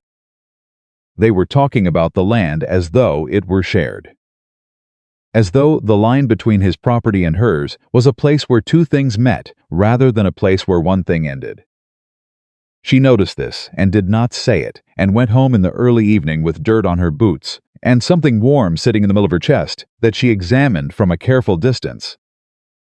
Like a light you weren't sure was close enough to be safe to walk toward. The town noticed. That was inevitable, and Charlotte had known it was inevitable, and knowing hadn't made it easier when the noticing sharpened from general gossip into something with more specific edges. It was Dottie Marsh who said it to her face, which Charlotte hadn't expected, because Dottie was normally the kind of woman who delivered her opinions through other women, and preserve the pretense of plausible distance. But Dottie caught her alone at the well on a Thursday morning, and apparently had decided that plausible distance was no longer satisfying. "I want to speak plainly," Dottie said. "All right," Charlotte said. "You know that Eileen has had an understanding with Samuel Carter for the better part of a year," Dottie said. "Not a formal one, nothing written but an understanding. My father and Arthur Carter have discussed it. The families have discussed it. And then she stopped, and the stop was doing a great deal of work. You've put yourself in a position." Charlotte pulled the bucket up from the well and set it on the edge and looked at Dottie Marsh with the eyes of a woman who had been managing this particular kind of conversation since she was 17 years old. "Has Samuel Carter said anything to Eileen about an understanding?" she said. Dottie's jaw tightened. "Not in so many words. Has he said anything to your father? To his father in writing, in person, in any form that constitutes an actual agreement between the people it supposedly involves?" Charlotte, because an understanding that only exists on one side, Charlotte said, is not an understanding. It's an assumption, and I'm not responsible for other people's assumptions. Dottie's face had gone to a particular shade that suggested her blood pressure had opinions about this conversation. "You're making things very difficult," she said. "For yourself. For Samuel. For everyone involved." "I'm drawing water from a well," Charlotte said. She picked up the bucket. "Good morning, Dottie." She walked home with the water and did not shake until she was through her own front door, and then she set the bucket down and pressed her back against the door and breathed until the shaking stopped. Not because she was afraid of Dottie Marsh, because she was afraid of the thing underneath what Dottie had said, the possibility that she was correct. That there were structures in place around Samuel that Charlotte had been refusing to see clearly because seeing them would require decisions she didn't know if she was capable of making. She thought about telling Samuel. She thought about not telling him. She went to the ranch the next day, and she told him. He was quiet for longer than she expected, and the quality of the quiet was not comfortable. His jaw was set. "My father has been managing this situation without my knowledge," he said finally. "Have you spoken to him since the Hargrove visit?" "Once. Briefly. He made it clear that he considered my refusal a temporary position." His voice was level, but she could hear what was underneath the level. "He apparently decided to move the situation from Cheyenne to Eileen Marsh while I was occupied." "Samuel." She looked at him. "I need to ask you something I've been avoiding asking." "Ask it. Is there any version of this where your father wins?" The silence was very long. "He doesn't win," Samuel said. "That's not stopped. Started again. He has money, and he has influence, and he has 35 years of practice at making me feel like I owe him the direction of my own life. But he doesn't win, not anymore. Why not this?" she said quietly. "Why is this the one?" He looked at her for a long moment, and the look had everything in its certainty, and frustration, and something tender underneath the frustration that he usually kept further from the surface than this. "Because," he said, "before you, I was making decisions by elimination. Saying no to everything that wasn't right without having any clear sense of what right looked like. And now I know what it looks like." He held her gaze. "I'm not giving that up because my father has decided Eileen Marsh is convenient." Charlotte felt something shift in her chest, a tectonic thing, slow and enormous and permanent. She had been waiting for the moment when he would say something that confirmed her worst expectation, the thing she'd prepared for, day at the gate. And instead he kept saying things like this. "All right," she said. "All right," he said, and some of the tension left his face.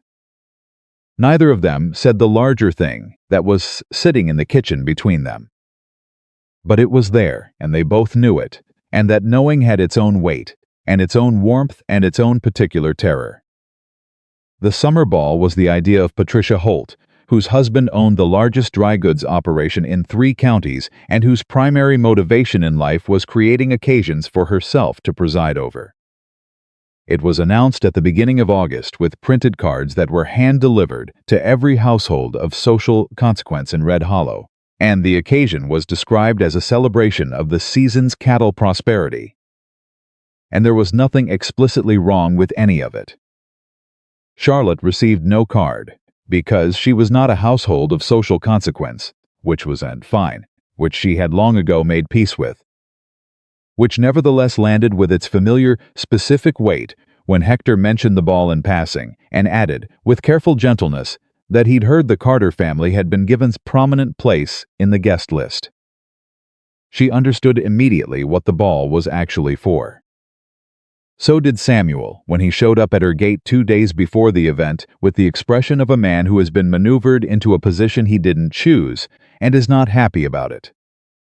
"My father arranged it," he said. "I know," she said. "Patricia Holt and my father have been corresponding." He said it flatly, like a man reading a list of damages. "The Marsh family will be there. Eileen will be there. And my father has told at least 4 people that he expects this to be an occasion for an announcement." Charlotte was very still. "What kind of announcement?" she said, though she knew. "The kind that doesn't require my actual consent," he said, "because he believes my consent is a formality." The anger in him was controlled, because he was a controlled man, but she could see it clearly, now she'd gotten good at reading him, at seeing the things he kept below the surface. His hands at his sides were not quite relaxed. "What are you going to do?" she said. He looked at her. "I know what I want to do," he said. "I want to know what you think." She thought about Dottie Marsh at the well. She thought about Margaret Hollis in the dry goods store. She thought about 8 years of careful walls and narrow doors and the version of herself that had survived by making itself very small. "I think," she said slowly, "that your father is a man who is accustomed to winning." "Yes, and I think that men like that don't usually stop when you say no once. They reframe and come back." She met his eyes. "So the question is what you're willing to do. Not what you want to do, what you're willing to do publicly, in front of all those people, knowing what it will cost." He was quiet for a moment. "Then what about what you're willing to do?" She felt the ground shift. "Me," she said carefully. "You'd be in the middle of it," he said. "Whatever I do, if it involves you, you'd be in the middle of it. And you didn't ask for that. You don't have a card to the ball. You're not obligated to be part of this." "No," she agreed. "I'm not, so I'm asking," he said, not telling. "Asking, is this something you're willing to be part of? Because if it," he stopped. His jaw tightened. "If it is, I'd like you there. Not because I need someone beside me. Because I want it to be you." Charlotte looked at him for a long time. She thought about what it meant to walk into that ball. To walk into a room full of everyone who had laughed at her and whispered about her, and decided she was not the kind of woman who mattered. To stand there while Samuel Carter did whatever he was going to do, knowing that every set of eyes in the room would find her. That the story they'd already decided about her would be confirmed or rewritten in real time, based on what happened in the next hour. She thought about what it would cost. She thought about what staying home would mean. "I don't have anything appropriate to wear," she said. Something moved through his expression. Relief, she thought, was part of it. And something warmer. "I'll see to it," he said. "I'm not a charity case," she said immediately. "I know you're not." He held her gaze. "Let me do something for you that I want to do. That's all." She looked at him for another long moment. "A blue dress," she said. "If there's a choice." He almost smiled. "Blue," he said. "Done." The dress arrived the next morning, delivered by Walt Briggs with the specific expression of a man who had been trusted with something important and took that trust seriously. It was a deep blue, the blue of late sky before full dark, and it was well made without being showy practical elegance, the kind that required real craftsmanship to achieve. Charlotte held it up and understood that Samuel had described her correctly to whoever he'd commissioned it from. Had described her with care, and without the careful understatements and workarounds most people used when trying to account for a body like hers. It fit. She stood in front of the small mirror in her bedroom and looked at herself in it, and she did something she rarely permitted herself to do. She looked at her own reflection honestly, without the habitual preemptive rejection, without the bracing for assessment. She looked at herself in blue, and she thought, "This is what I look like when someone sees me clearly." It was an uncomfortable thought and a necessary one. Walt was waiting in the yard when she came out, and she saw on his face something she recognized: genuine regard, uncomplicated. "You look well, Miss Charlotte," he said simply. "Thank you, Walt," she said. "Let's go before I talk myself out of it." The Carter carriage was waiting at the gate, and Samuel was already in it, and when she climbed in, and he saw her, his expression did the thing it did, the particular arrested quality. And he said nothing for a moment, because he was one of those rare people who knew that some moments didn't need words, and were only diminished by them. "Thank you," she said, meaning the dress and the carriage and all of it. "Thank you for coming," he said, meaning something larger. They didn't speak again until they were almost at the Holt house, and then Samuel said quietly, "Whatever happens tonight, I need you to know that I've already made my decisions. Nothing that occurs in there changes what I've said to you." "I know," she said. "Do you believe it?" She thought about it honestly because he deserved honesty. "I'm working on it," she said. His hand on the seat between them moved and covered hers for a moment. Not a performance, no one was watching, just contact, deliberate and warm and brief. "That's enough," he said. The Holt house was lit from every window when they arrived, and the sound of it reached them before they were through the gate music, voices, the specific festive noise of a room full of people performing prosperity for each other. Charlotte knew the sound. She'd heard it her whole life from the outside. She had never walked into it. She was aware, the moment they entered, of the precise second when the room began to register them. It moved through the crowd like a current, a shift in posture, in eye direction, in the particular quality of conversation that changed when something unexpected entered a room. She felt it travel around her, and did not let herself shrink from it, which cost her something she didn't quantify. Samuel was beside her, not behind her, not ahead of her. Beside her, with the specific deliberateness of a man who had decided where he was standing and had no intention of being moved. She saw Arthur Carter before Samuel did. He was across the room, and when he saw his son and then saw who was beside his son, something happened in his face that Charlotte could read clearly even at distance: shock, rapidly subsumed by something harder and colder and more calculating. He was a tall man, older than Samuel, with the particular authority of someone who had exercised power long enough that authority had become structural rather than performed. He moved toward them through the crowd, and people made way for him without being asked, and Samuel felt it. She saw his shoulders settle slightly, the way they settled when he was preparing for something, and then Arthur Carter was in front of them. "Samuel," he said.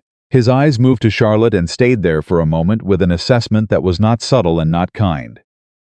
"I didn't know you were bringing a guest." "You didn't ask," Samuel said. His voice was perfectly level. Miss Arthur Carter paused with deliberate weight. "Bennett," Charlotte said. "Charlotte Bennett." She met his eyes without flinching. "Miss Bennett." He said it in the tone of a man completing a formality he found unnecessary. "I wonder if I might have a moment with my son." "Of course," Charlotte said, before Samuel could speak. Samuel looked at her. "I'll be here," she said quietly. He held her eyes for a moment, and then he turned and followed his father toward the edge of the room. Charlotte stood in the middle of the Holt parlor in the deep blue dress, in the room full of Red Hollow's social establishment. In the center of more attention than she'd received in her entire life combined, and she straightened her spine and breathed, and did not look for the exit. Margaret Hollis was there, she noted, and Dottie Marsh.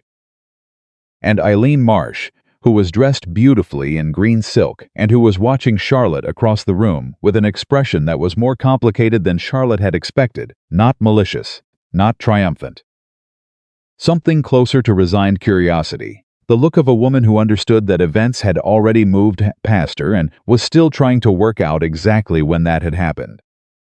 Patricia Holt materialized at Charlotte's elbow. "Miss Bennett," she said, with the specific warmth of a woman who had not expected to need to manage a situation and was improvising. "What a surprise. I wasn't aware you'd received an invitation." "I came with Mr. Carter," Charlotte said. "Yes," Patricia said. "I see that." The warmth cooled by several degrees.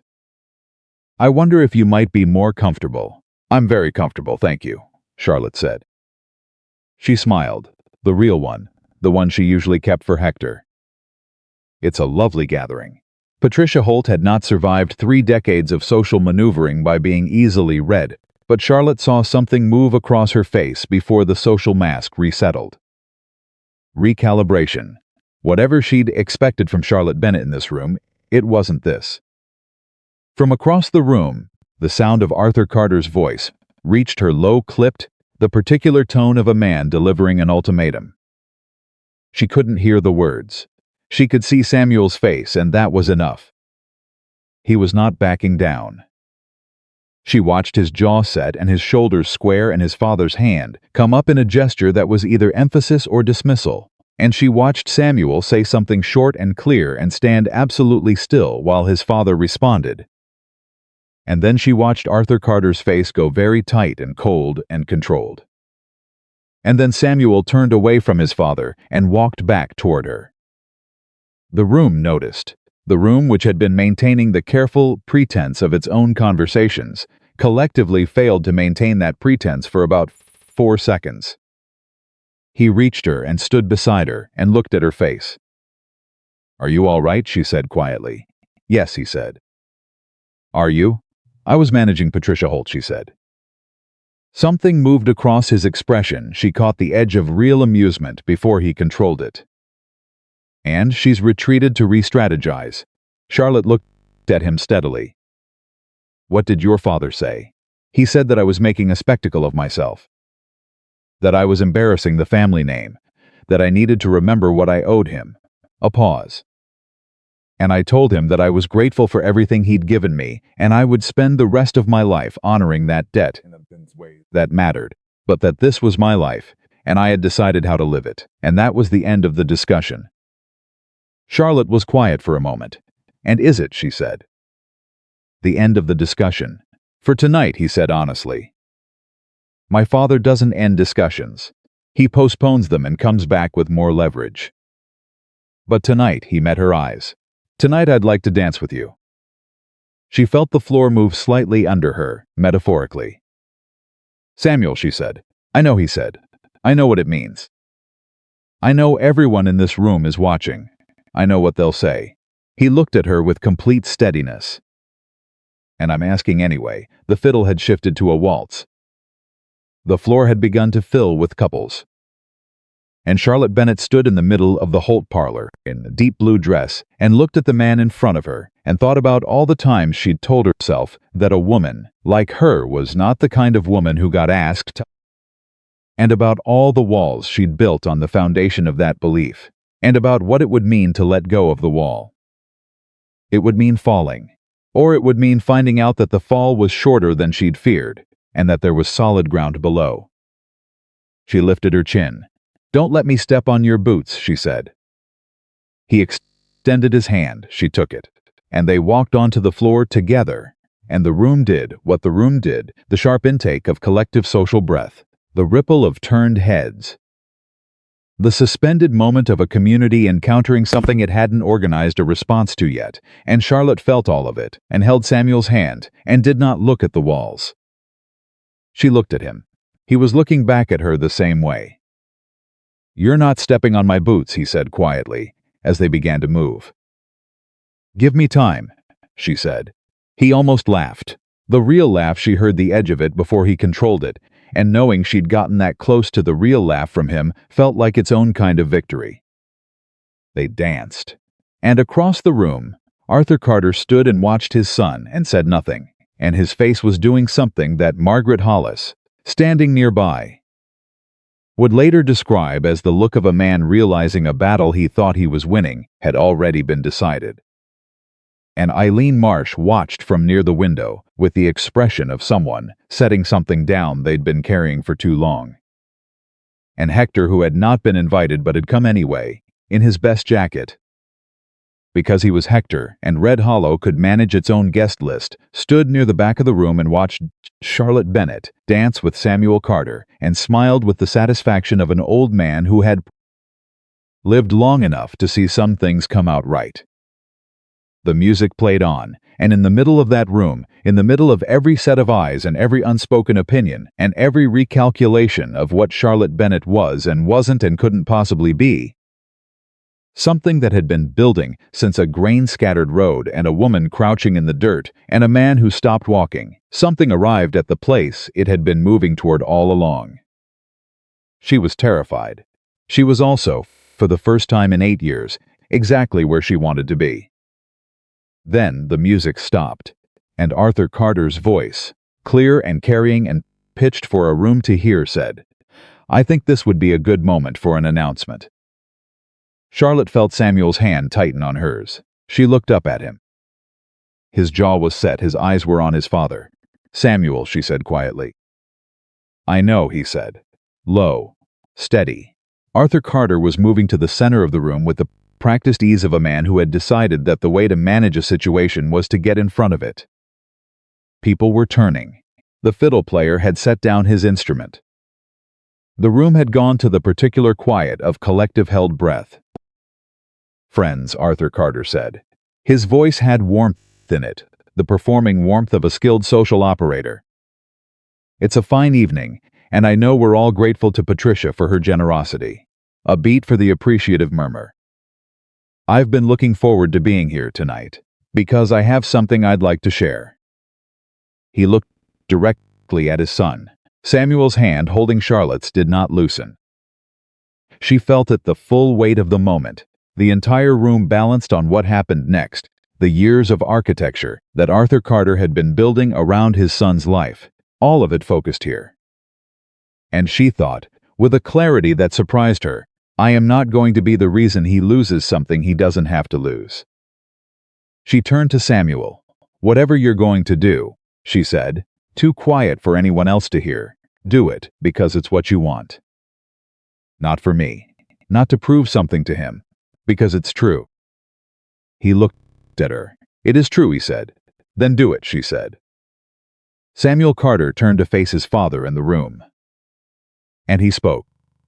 Samuel's voice was not loud. It didn't need to be. It had the particular quality of a voice that understood its own authority and had stopped performing it. Calm, direct, carrying across the room the way a single clear note carried across open land. Arthur Carter's expression shifted, just slightly. The warmth in his performance face adjusted by a degree, recalibrating. "Son," he said, with the ease of a man who believed he still controlled the tempo of this. "I'd like to say something first," Samuel said. The room was completely still. Charlotte, standing beside him, felt the collective held breath of 40 people, deciding whether what was about to happen was something they wanted to witness. She kept her eyes on Samuel and did not look at the crowd and did not let go of his hand. Arthur Carter spread his hands in a gesture of gracious yielding. Of course, Samuel looked at the room, not at his father. At the room, at the faces of people he'd known his whole life, neighbors and business partners, and the sociogeography of everything he'd inherited without choosing. His voice, when he spoke again, was the same voice he used when he meant something, steady, without decoration, without apology. "I've been making my own decisions since I was old enough to understand that the decisions were mine to make," he said. "My father has a different view of that, and I respect that he believes what he believes about family obligation. I genuinely do." He paused, just long enough, "but there are some things that aren't negotiable. And who I choose to spend my life with is one of them." Arthur Carter's jaw tightened by a fraction. "I'm not making any announcement tonight," Samuel continued, "that I didn't decide to make myself. And what I've decided is this."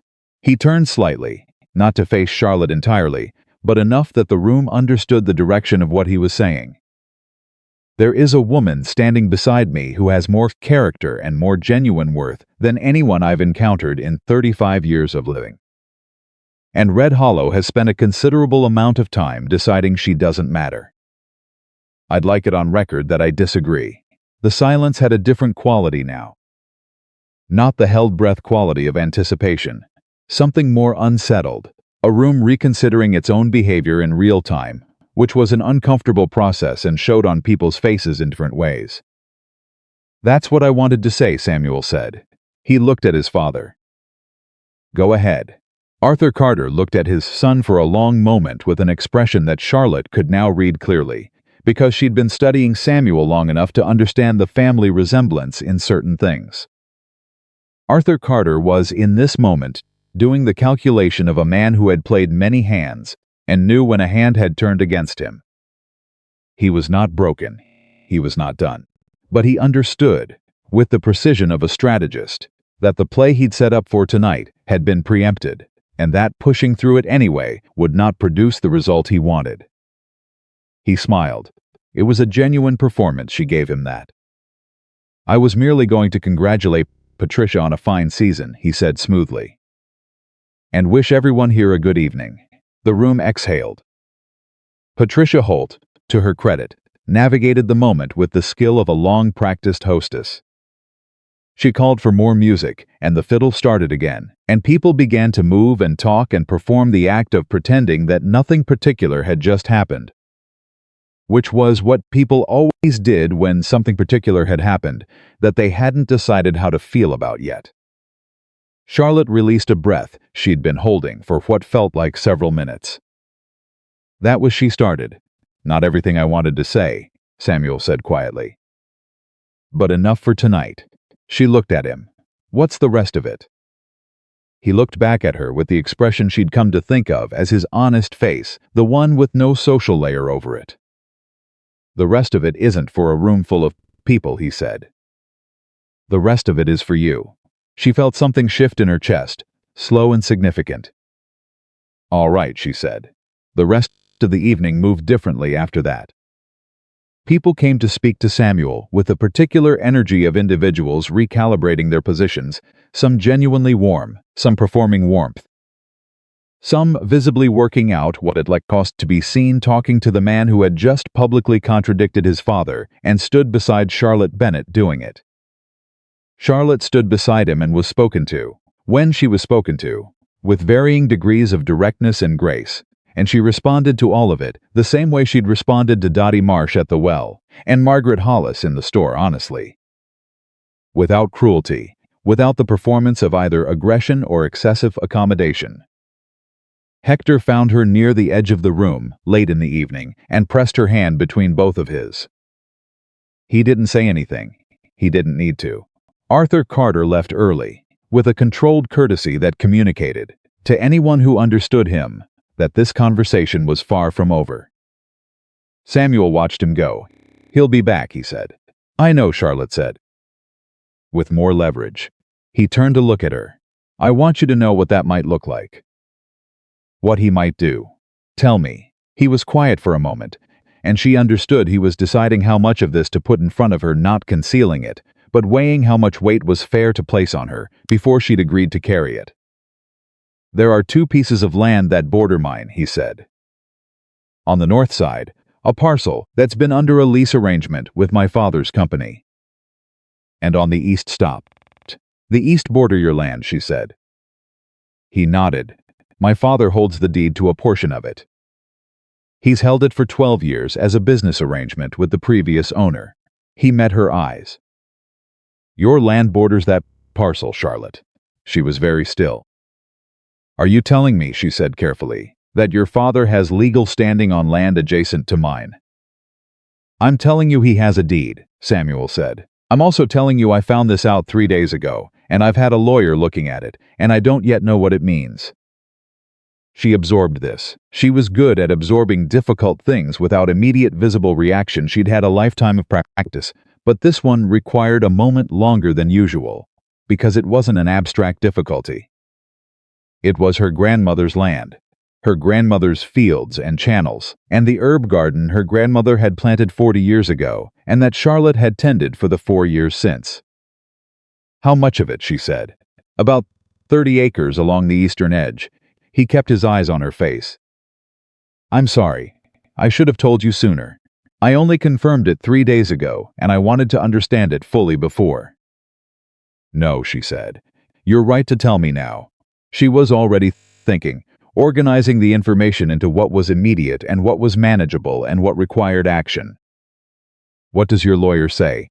That the deed is legal. That there's a lease arrangement that predates your ownership.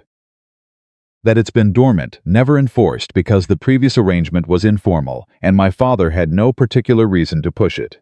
He paused. Until now. There it was. The leverage Arthur had left the party to go and prepare. He'd threatened the land, she said. He'd use the land, Samuel said. He's not a man who makes empty threats. He stopped.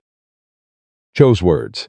If I continue in the direction I've chosen, he will use every tool available to him. The land is a tool. Charlotte stood very still and thought about her grandmother's east field, the one with the drainage channel dug 40 years ago that still worked perfectly, and about the herb garden, and about the chickens, and about the way the farm had been the only certain thing in her life for 8 years, and about what it meant that it might not be certain after all. This is what I meant, she said quietly, about the structures around you. I know. You have a fight in front of you that I didn't put there, she said. Your father put it there, but I'm in the middle of it now. Yes, he said. He didn't minimize it. You are. She looked at him. And you're telling me this here, tonight, after what just happened in that room. I'm telling you here, because you deserve to know the full picture, he said. Before you make any decisions, before I ask you for anything. She was quiet for a long moment. I'm not running, she said at last. He looked at her. I want to be clear about that, she said. I'm not running from your father's land deed or his leverage or any of the rest of it. But I need to know that you understand what you're asking me to stand in the middle of. I need to know you've thought about what it costs me if this goes wrong. I've thought about nothing else for 3 weeks, he said, low and direct. And I'll spend the rest of my life making sure it doesn't go wrong. She held his gaze. He held her right, she said. The morning after the ball, Red Hollow was doing what Red Hollow did with a piece of information it hadn't fully processed yet, talking about it from every available angle simultaneously. With the particular energy of a community that was nominally disapproving of something it was actually extremely interested in. Charlotte went to market at her usual time, because her life did not pause for other people's opinions of it, and she bought her flour and her salt and her conversation with Hector, who told her that the mood in town was lively, which was his word for something more complicated. Lively how, she said. There are people, Hector said carefully, who are saying that what Samuel did last night was admirable. And people who are saying it was foolish, and people who are saying it was a publicity performance. He looked at her. And people who are saying things about you that aren't worth repeating. I've heard most of them before, she said. That doesn't make them right. No, she agreed, it doesn't. She was back at her own gate, basket over her arm, when she found Eileen Marsh waiting for her. Charlotte stopped. Eileen was alone, which was unusual. Eileen was generally accompanied by context, by family or friends or the social apparatus that made her who she was in Red Hollow. Standing alone at Charlotte's gate, she looked younger than she usually did. More uncertain. Miss Bennett, she said. Miss Marsh, Charlotte said. A pause. Eileen's hands were folded in front of her in the way of someone who has rehearsed an opening and found at the moment of delivery that the rehearsal hadn't fully prepared her. I want you to know, Eileen said, that the understanding my family was pursuing it was my father's idea. And Mr. Carter's father's idea. She met Charlotte's eyes briefly and then away. Samuel never gave me any reason to believe he was interested. I knew that. My father chose to interpret certain things as encouragement, but I knew. She stopped. I thought you should know that. Charlotte looked at her. Why are you telling me this? Because Eileen stopped. Started again. Because it's the truth. And because I've watched people say things about you for years that weren't fair. And I didn't say anything. Because it wasn't my business, and because A pause that was honest with itself. because I wasn't sure it affected me, and now I can see that it does. Affect me, I mean. The kind of person I've been about it. Charlotte was quiet for a moment. Thank you, she said. It was simple, and she meant it. Eileen nodded. She looked like a woman who had done something difficult and found it slightly less difficult than she'd expected, which was its own kind of lesson. He looks at you, she said quietly, the way I always hoped someone would look at me. I wanted you to know I see that. She turned and walked away before Charlotte could respond, and Charlotte stood at her own gate, holding her basket, and watched Eileen Marsh go and thought about the unexpected shapes that Grace took in the world. Samuel's lawyer was a man named Henry Pruitt, who came to the Carter Ranch 4 days after the ball and spread papers across the parlor table with the careful efficiency of a man who understood that what he was explaining had consequences beyond the legal. Charlotte was there. Samuel had asked her to be, and she'd come, and she sat across from Henry Pruitt and listened to the explanation of her grandmother's East Field with the same focused attention she gave to everything that required her to understand it completely. The short version was this. Arthur Carter held a deed to 31 acres along the eastern boundary of her property. Acquired 12 years ago as part of a larger land transaction from a man named Forsyth who had subsequently moved out of the territory. The Forsyth transaction had included an informal agreement not legally binding. Pruitt was careful to specify that the land would not be developed or used in any way that disrupted the adjacent farming operation. Charlotte's grandmother had known about the deed and had accepted the informal agreement as sufficient protection. It had been sufficient, as long as Arthur Carter had no reason to make it otherwise. What can he actually do with it? Charlotte asked. Pruitt looked at her with the slight adjustment of a professional encountering a layperson who asked better questions than expected. He can restrict access to the eastern water flow, he said. There's a small natural channel that runs through the disputed parcel before reaching your property. If he chose to redirect or impede it, the Eastfield, Charlotte said. She was very still. My drainage channel runs to that water flow. Yes, Pruitt said. Without it, the Eastfield floods in heavy rain and dries out in drought. Yes. She sat with that for a moment. She could feel Samuel's eyes on her, but she didn't look at him yet because she needed to finish understanding the situation before she let herself feel it. Can we challenge the deed, she said. The deed itself is sound, Pruitt said. What we might challenge is the extent of his usage rights. The informal agreement your grandmother operated under could be argued to constitute a prescriptive easement, essentially, a right established by long practice. But it would require a court process. It would take time. It would not be inexpensive. And if his father pushes it before the court process is complete, Samuel said. He'd been quiet through most of this, and his voice now had the quality of a man who had already been thinking about this problem from multiple angles. Then Miss Bennett would face a disruption to her water access while the case was pending. Pruitt said, without inflection, because it was his job to say true things clearly regardless of their comfort. Charlotte looked at Samuel. How long would the court process take? She said. 6 months, Pruitt said. Possibly 8. She thought about 6 months without reliable water to the Eastfield. She thought about the herb garden that depended on that field's drainage. She thought about the Hadley family and Mrs. Pierce and the neighbors she supplied and the practical geography of everything her grandmother had built. There's another option, Samuel said. She looked at him. I can buy the parcel, he said, from my father. He'd sell it. He has no particular attachment to the land itself. It was always a business instrument to him. If I hold the deed, there's no threat. That she stopped. Started again carefully. That's a significant purchase. Yes. You'd be doing it to neutralize a weapon your father to use it against you. she said. Against us. Yes. And if it didn't, she couldn't finish the sentence.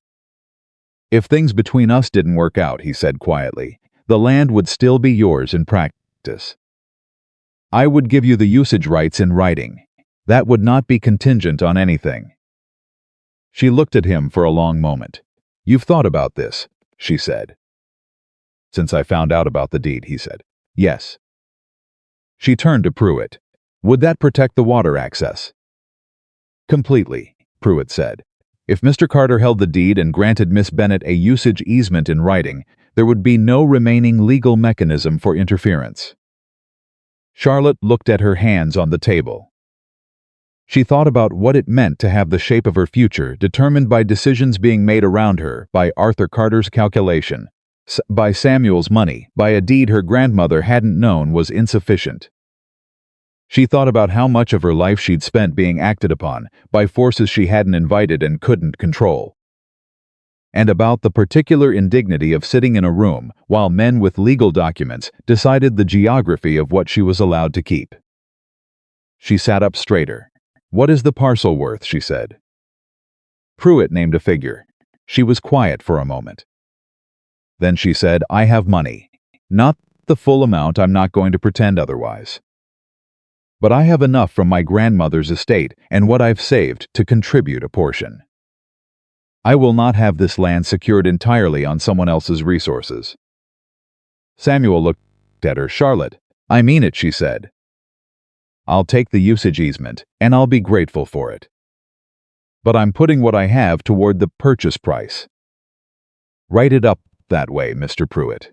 Whatever portion my savings cover, that's my contribution to a joint purchase. Pruitt looked at Samuel. Samuel looked at Charlotte. He was doing the thing he did when she surprised him, the slight arrested quality, the moment of recalibration.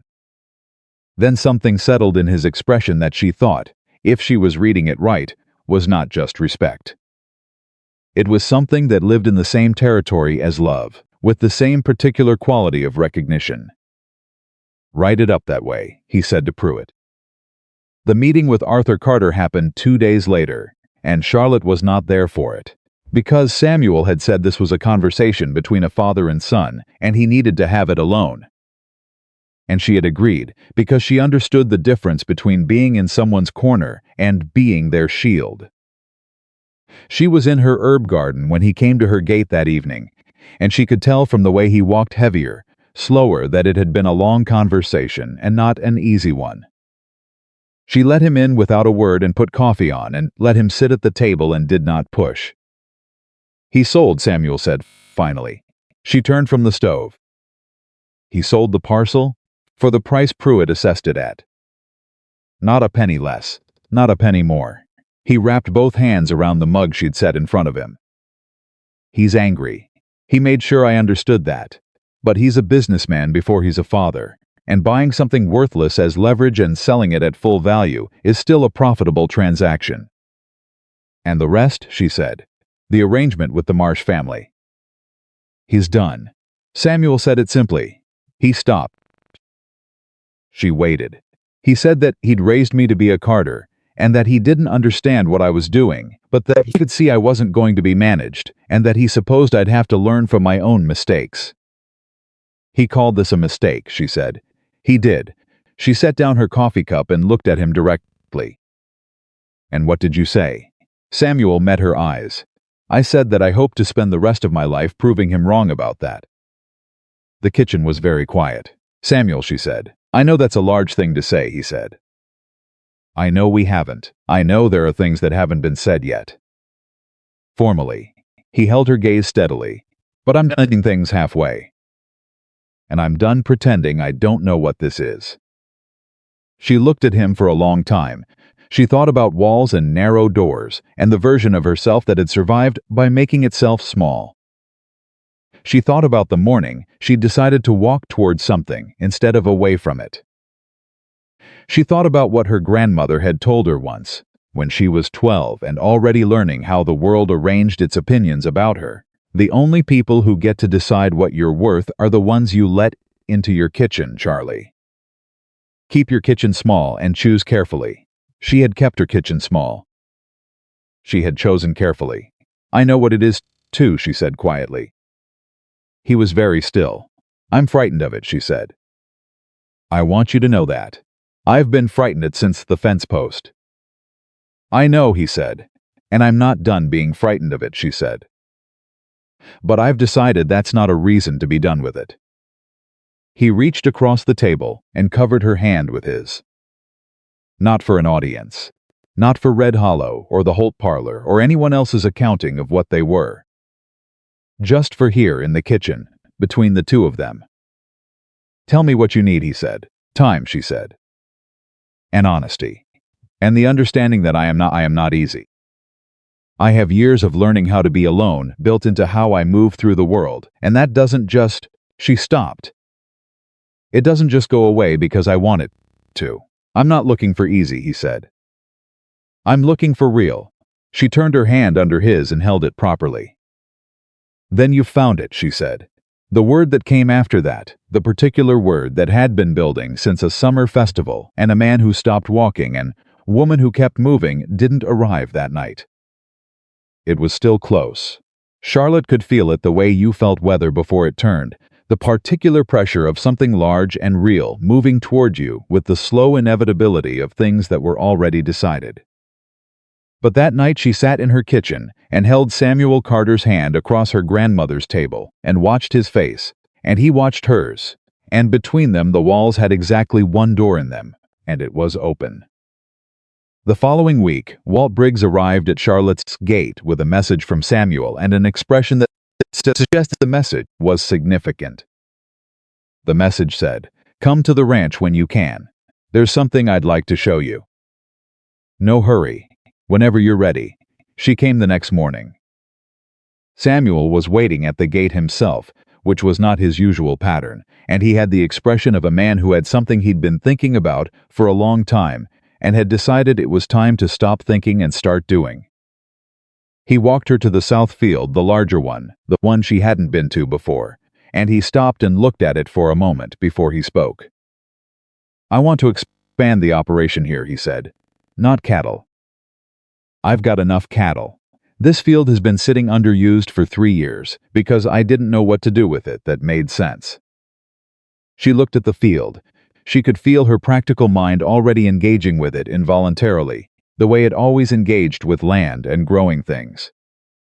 "What are you thinking?" she said. "I'm thinking that someone with exceptional knowledge of what this kind of soil responds to," he said, "might have some ideas." She looked at him. "I'm asking you," he said simply. "Professionally. Whatever arrangement makes sense to you, a consulting fee, a partnership structure, however you want to set it up. Your knowledge and your time have value, and I want to compensate them fairly." "You're offering me work," she said. "I'm offering you a partnership," he said. "There's a difference." She looked at the field again. She could already see it, what it wanted, what it would respond to, what combination of things would make it produce beyond what he was currently getting from the grazing land. The herb operation alone would generate reliable income.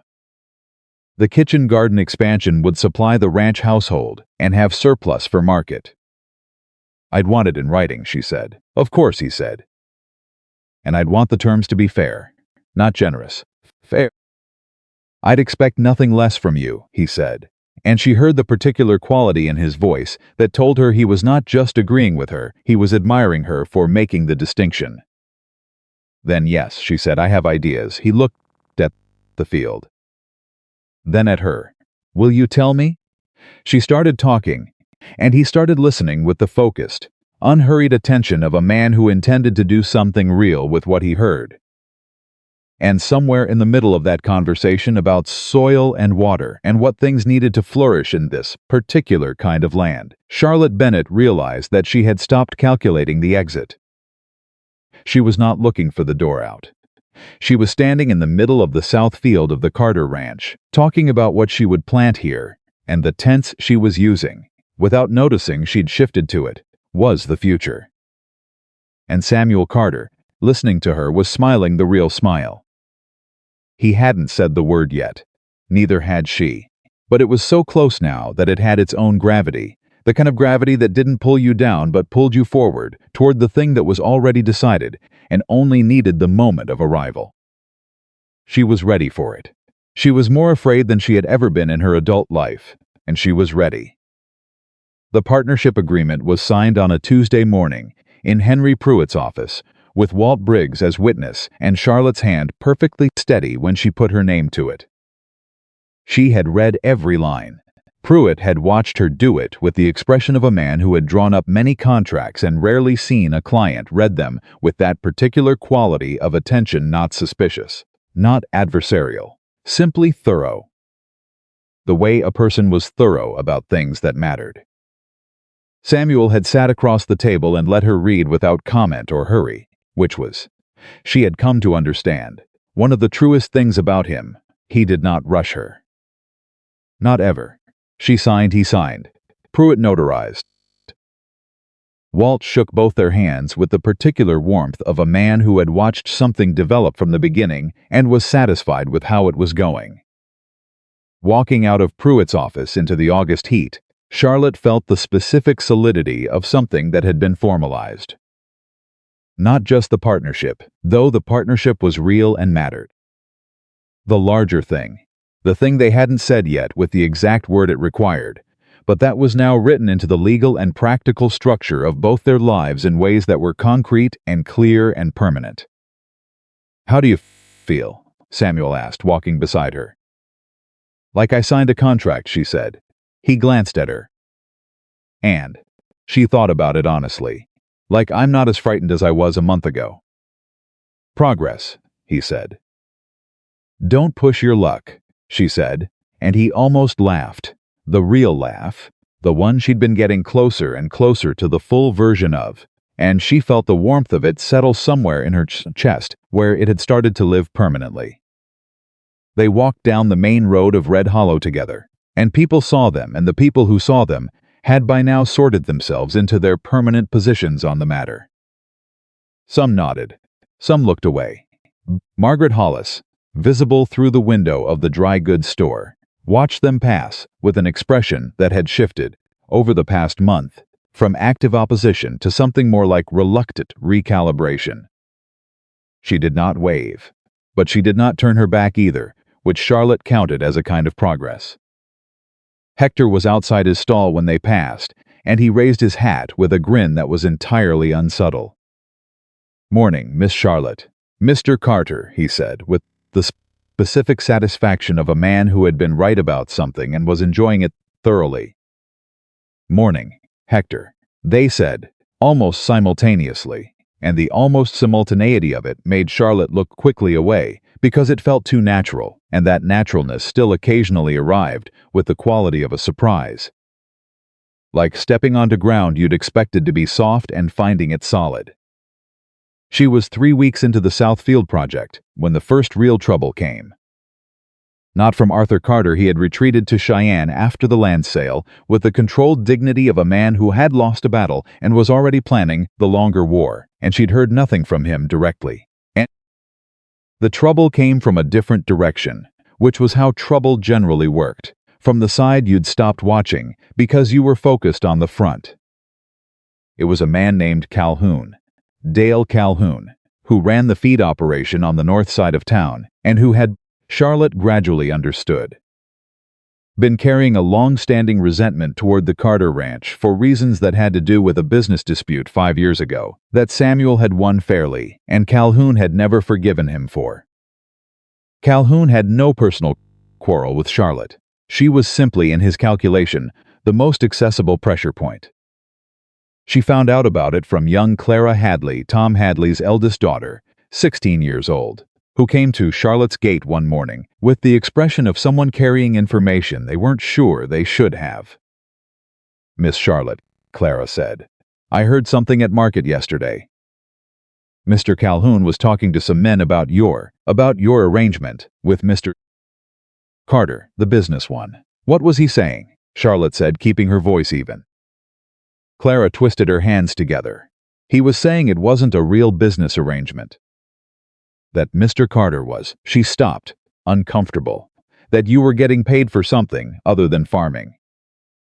And that decent people shouldn't buy your herbs or your preserves because of what he said you were. The words landed with the specific weight of words designed to damage, which was their entire purpose. Charlotte was quiet for a moment, absorbing the shape of it, placing it in the category of things that were not surprising, and were therefore manageable. "Thank you for telling me, Clara," she said. "That took courage." "Is it going to hurt you?" Clara asked, with the direct concern of a 16-year-old who hadn't yet learned to wrap honesty in social cushioning. "I don't know yet," Charlotte said honestly. "I'll find out." She found out within 2 days. 3 of her regular market customers declined to purchase from her that week, with the specific avoidance of people who had heard something and had not yet decided what to do with it. She counted the absences, noted them, said nothing to anyone, and went home and sat at her kitchen table and did what she always did when something required thinking. She thought about it completely, without flinching from the difficult parts. The difficult part was this: Calhoun's accusation had no evidence behind it, but that was not how reputation worked in a small town in 1882. Reputation worked on suggestion and repetition, and the human tendency to assume that where smoke appeared, fire had at some point been present.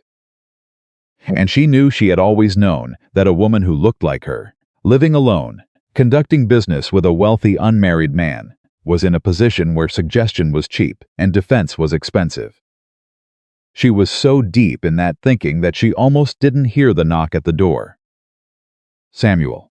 She let him in and he saw her face and said immediately what happened. She told him. All of it, cleanly, without the softening that would have required her to manage his reaction while she was still managing her own. He was very quiet for a moment after she finished. She watched the quiet move through him, watched the particular way his jaw set and then released, as he brought himself to the measured response rather than the immediate one. "I'll speak to Calhoun," he said. "No," she said. He looked at her. "I mean it," she said. "If you go to Calhoun, it becomes your fight. And then everything I do from here on is being protected by you, and that's..." She stopped. "That's not what I am, and it's not what I want to be." "Charlotte, he's spreading lies about you." "I know what he's spreading," she said. "And I know how to answer it, but I need to answer it myself."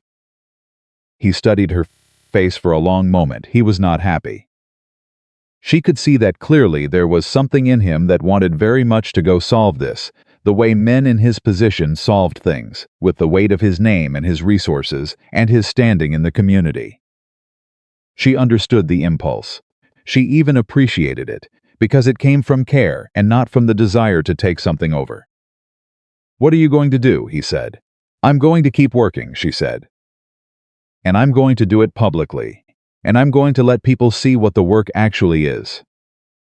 He was quiet for another moment. Then, "Is there anything I can do?" "Yes," she said, "you can stay out of it. And trust me." The second request was harder than the first, and they both knew it. Trusting someone else to fight their own battle was its own particular act of respect, and it cost something the part of you that wanted to help and had to stand back instead. "All right," he said. "Thank you," she said. What Charlotte did was simple and direct, and she thought, what her grandmother would have recommended. She opened the farm. Not in a formal or announced way, she simply began inviting the people she already knew into what she did. Clara Hadley came to learn about the herb garden and brought her younger sister. Mrs. Pierce, who had been unable to get to market for 3 months, received a delivery from Charlotte personally, who stayed long enough to show her how to use the dried lavender for sleep and the comfrey salve for her arthritis. The Hadley father arm healed now, back to work, received a consultation on what to plant in the poor soil of his back field, and Charlotte walked it with him and showed him what she saw in the dirt. She did not announce any of this. She did not make a speech. She simply worked, and she worked where people could see her working. And the work was so plainly what it was, skilled and consistent and generous and unglamorous, that it was difficult to look at it and simultaneously believe what Dale Calhoun was saying. 2 weeks after Clara's warning, the 3 customers who had stopped buying came back. One of them, a woman named Ruth Garner, stopped at Charlotte's stall and said, with the specific courage of someone correcting themselves publicly, "I owe you an apology, Miss Bennett. I shouldn't have listened to gossip without better sense." "I appreciate that," Charlotte said. "Your jam," Ruth said, and pulled out her coin purse with the decisive manner of a woman who had made a decision and intended to stand behind it. Charlotte sold her 2 jars, and they did not discuss Calhoun again, because the matter was settled between them and dragging it out would only serve the gossip rather than the correction. Hector told her, that same week, that Calhoun had been very publicly given a piece of Walt Briggs's mind at the feed store, not Samuel's intervention, but Walt's, done on Walt's own initiative. In the blunt language of a man who had run out of patience with a specific kind of cowardice. Charlotte heard about this and felt a warmth toward Walt that had nothing to do with obligation and everything to do with the particular gratitude you feel when someone stood up for you without being asked and without making it about themselves. Samuel heard about Walt's intervention before Charlotte did, and when he told her, he had the expression of a man who had spent 2 weeks sitting on his hands and was slightly relieved to hear someone else had done something useful. "I didn't send him," he said immediately. "I know you didn't," she said. "Walt is his own person. He is," Samuel agreed, with the evident appreciation of an employer who had long since figured out that the best thing you could do with someone competent was stay out of their way. "You really did stay out of it," she said. She looked at him. "That wasn't easy for you. It wasn't." "Thank you," she said. He looked at her with the expression she'd come to know best, the one that held everything he hadn't yet said in the exact form it needed to be said. She'd been seeing that expression more often lately. It came with a quality of imminence, of something arriving.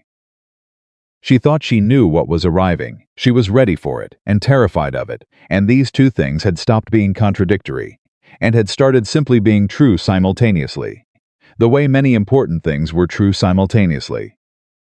The twist arrived not from Samuel, but from Cheyenne. It arrived in the form of a letter, delivered to Charlotte's gate on a Wednesday in early September, in an envelope with Arthur Carter's name on the return address. She held it for a long moment before she opened it, standing at the gate in the early morning, because she understood that letters from Arthur Carter were not casual correspondence. She opened it. It was not what she'd expected. It was not a threat or a legal notice or another maneuver.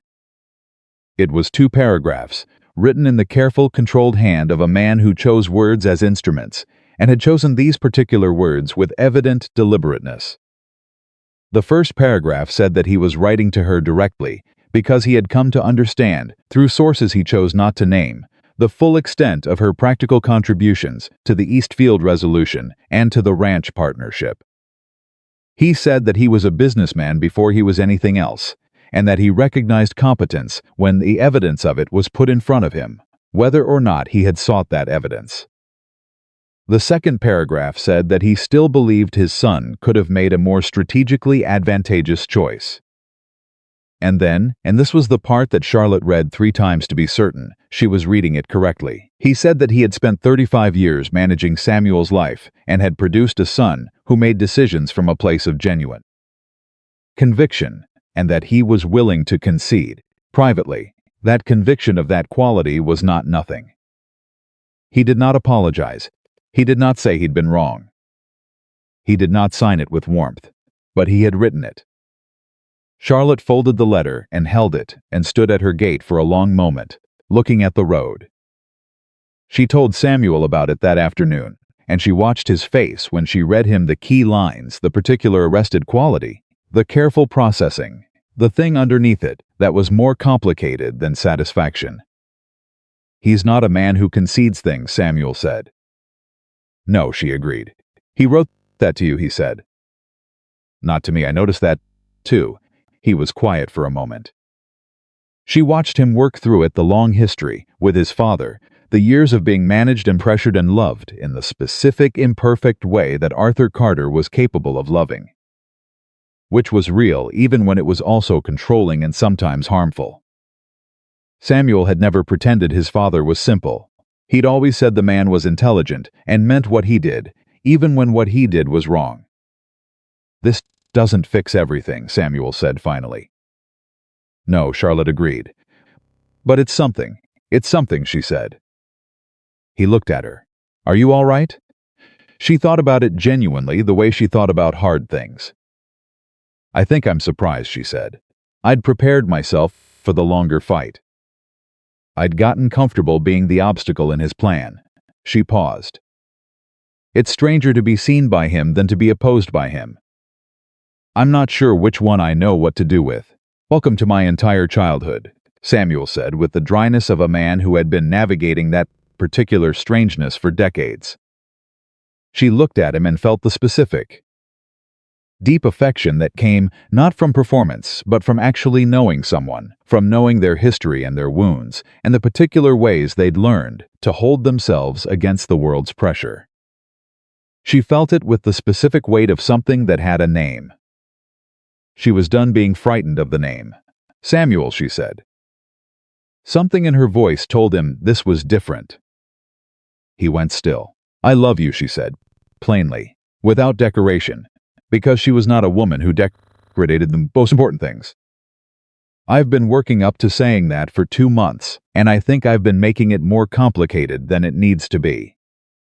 It's just true. I love you." He looked at her for a moment with the expression of a man who has heard something he'd been waiting for and is taking a moment to let it be real before he responds. "Charlotte," he said, and his voice had a different quality than she'd ever heard, in it stripped of everything except what it actually was. "I know," she said. "I love you," he said.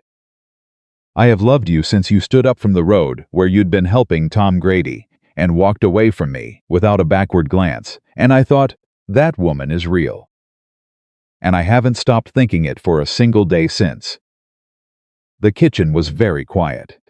She looked at him across her grandmother's table, and he looked at her, and what was between them had the quality of something that had been building toward arrival and had now arrived, not dramatically, not with any of the fanfare she'd been taught all her life to associate with this kind of moment, but with the solid, permanent, unhurried weight of something true. "Well," she said after a moment. "Well," he agreed. She almost laughed. The real laugh, the one she kept mostly for herself, and had been giving away more frequently since a man with a mallet had fixed her fence post and stayed for coffee. He heard the edge of it, and something in his own face answered it. "I was wondering," he said, carefully, "when you'd be ready." "You were waiting," she said. "I told you I would."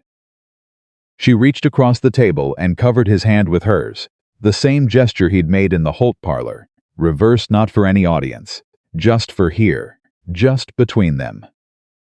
"I'm ready," she said. He proposed the following Sunday. Not in the way Charlotte would have predicted, no elaborate setting, no performance for an audience. He came to her gate with his hat in his hand, and the specific expression of a man who had decided that this was the moment, and was not going to dress it in anything other than what it was. She opened the gate. He said, "Charlotte Bennett, I would like to spend the rest of my life learning what you know, and being trusted with who you are, and building something real beside you. Will you marry me?" She had thought she would feel terror at this moment.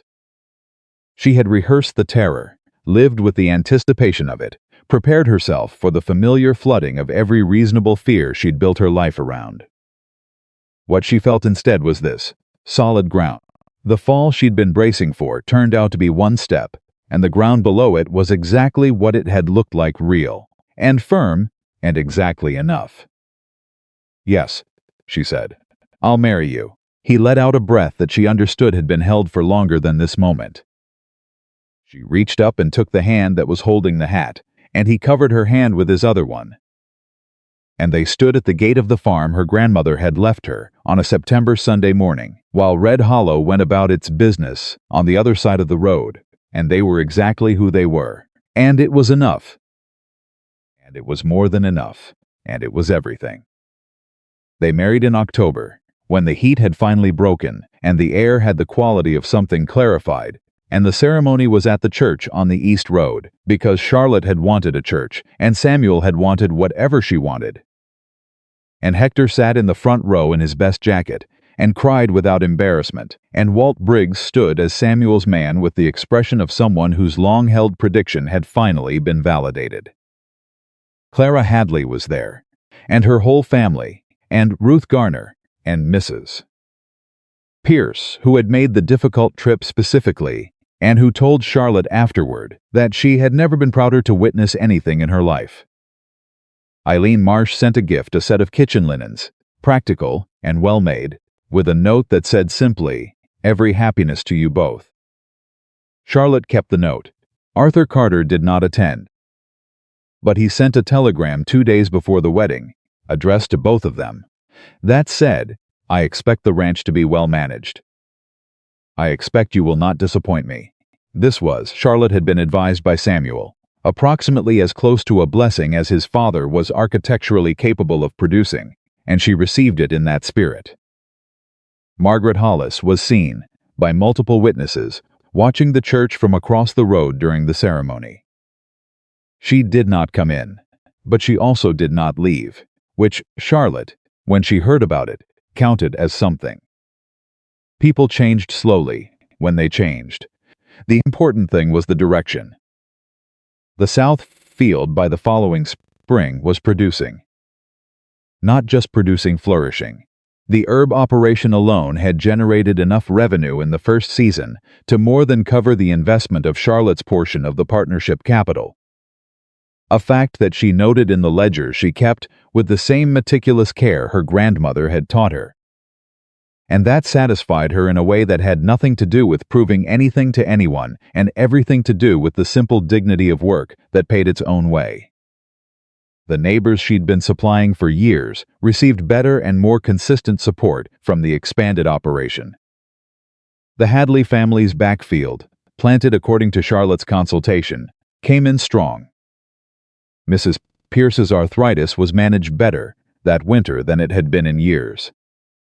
Charlotte hired Clara Hadley to help with the herb operation 2 mornings a week, and she taught her everything she knew with the same unself-conscious thoroughness her grandmother had used, not performing knowledge, just sharing it. Because knowledge kept to yourself when someone else needed it was simply waste. Clara was a quick learner.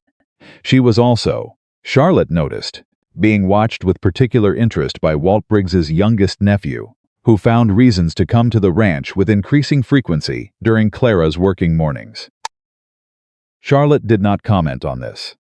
She simply made sure there was always enough coffee for an extra person, and she let things develop at the pace they developed, which was, in her experience, the only pace that produced anything real. Samuel watched all of this from the comfortable position of a man who had married someone whose capabilities exceeded his projections and was delighted by the excess rather than threatened by it.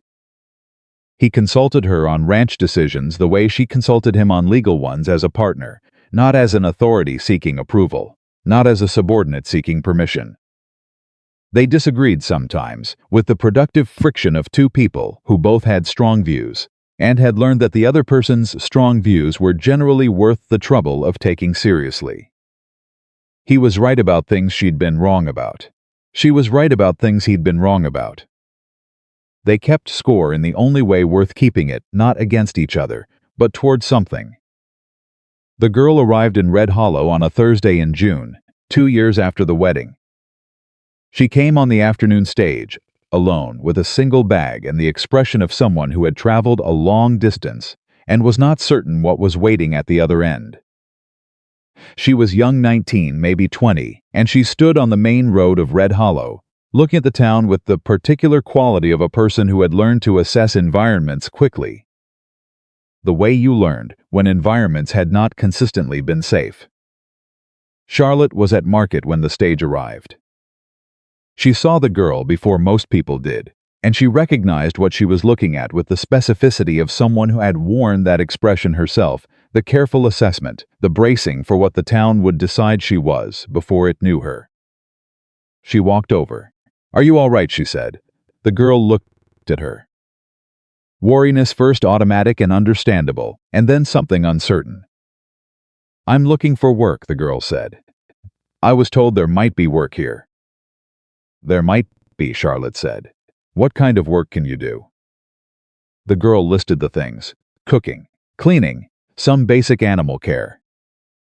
Her hands, Charlotte noted, were the hands of someone who had actually done all of those things.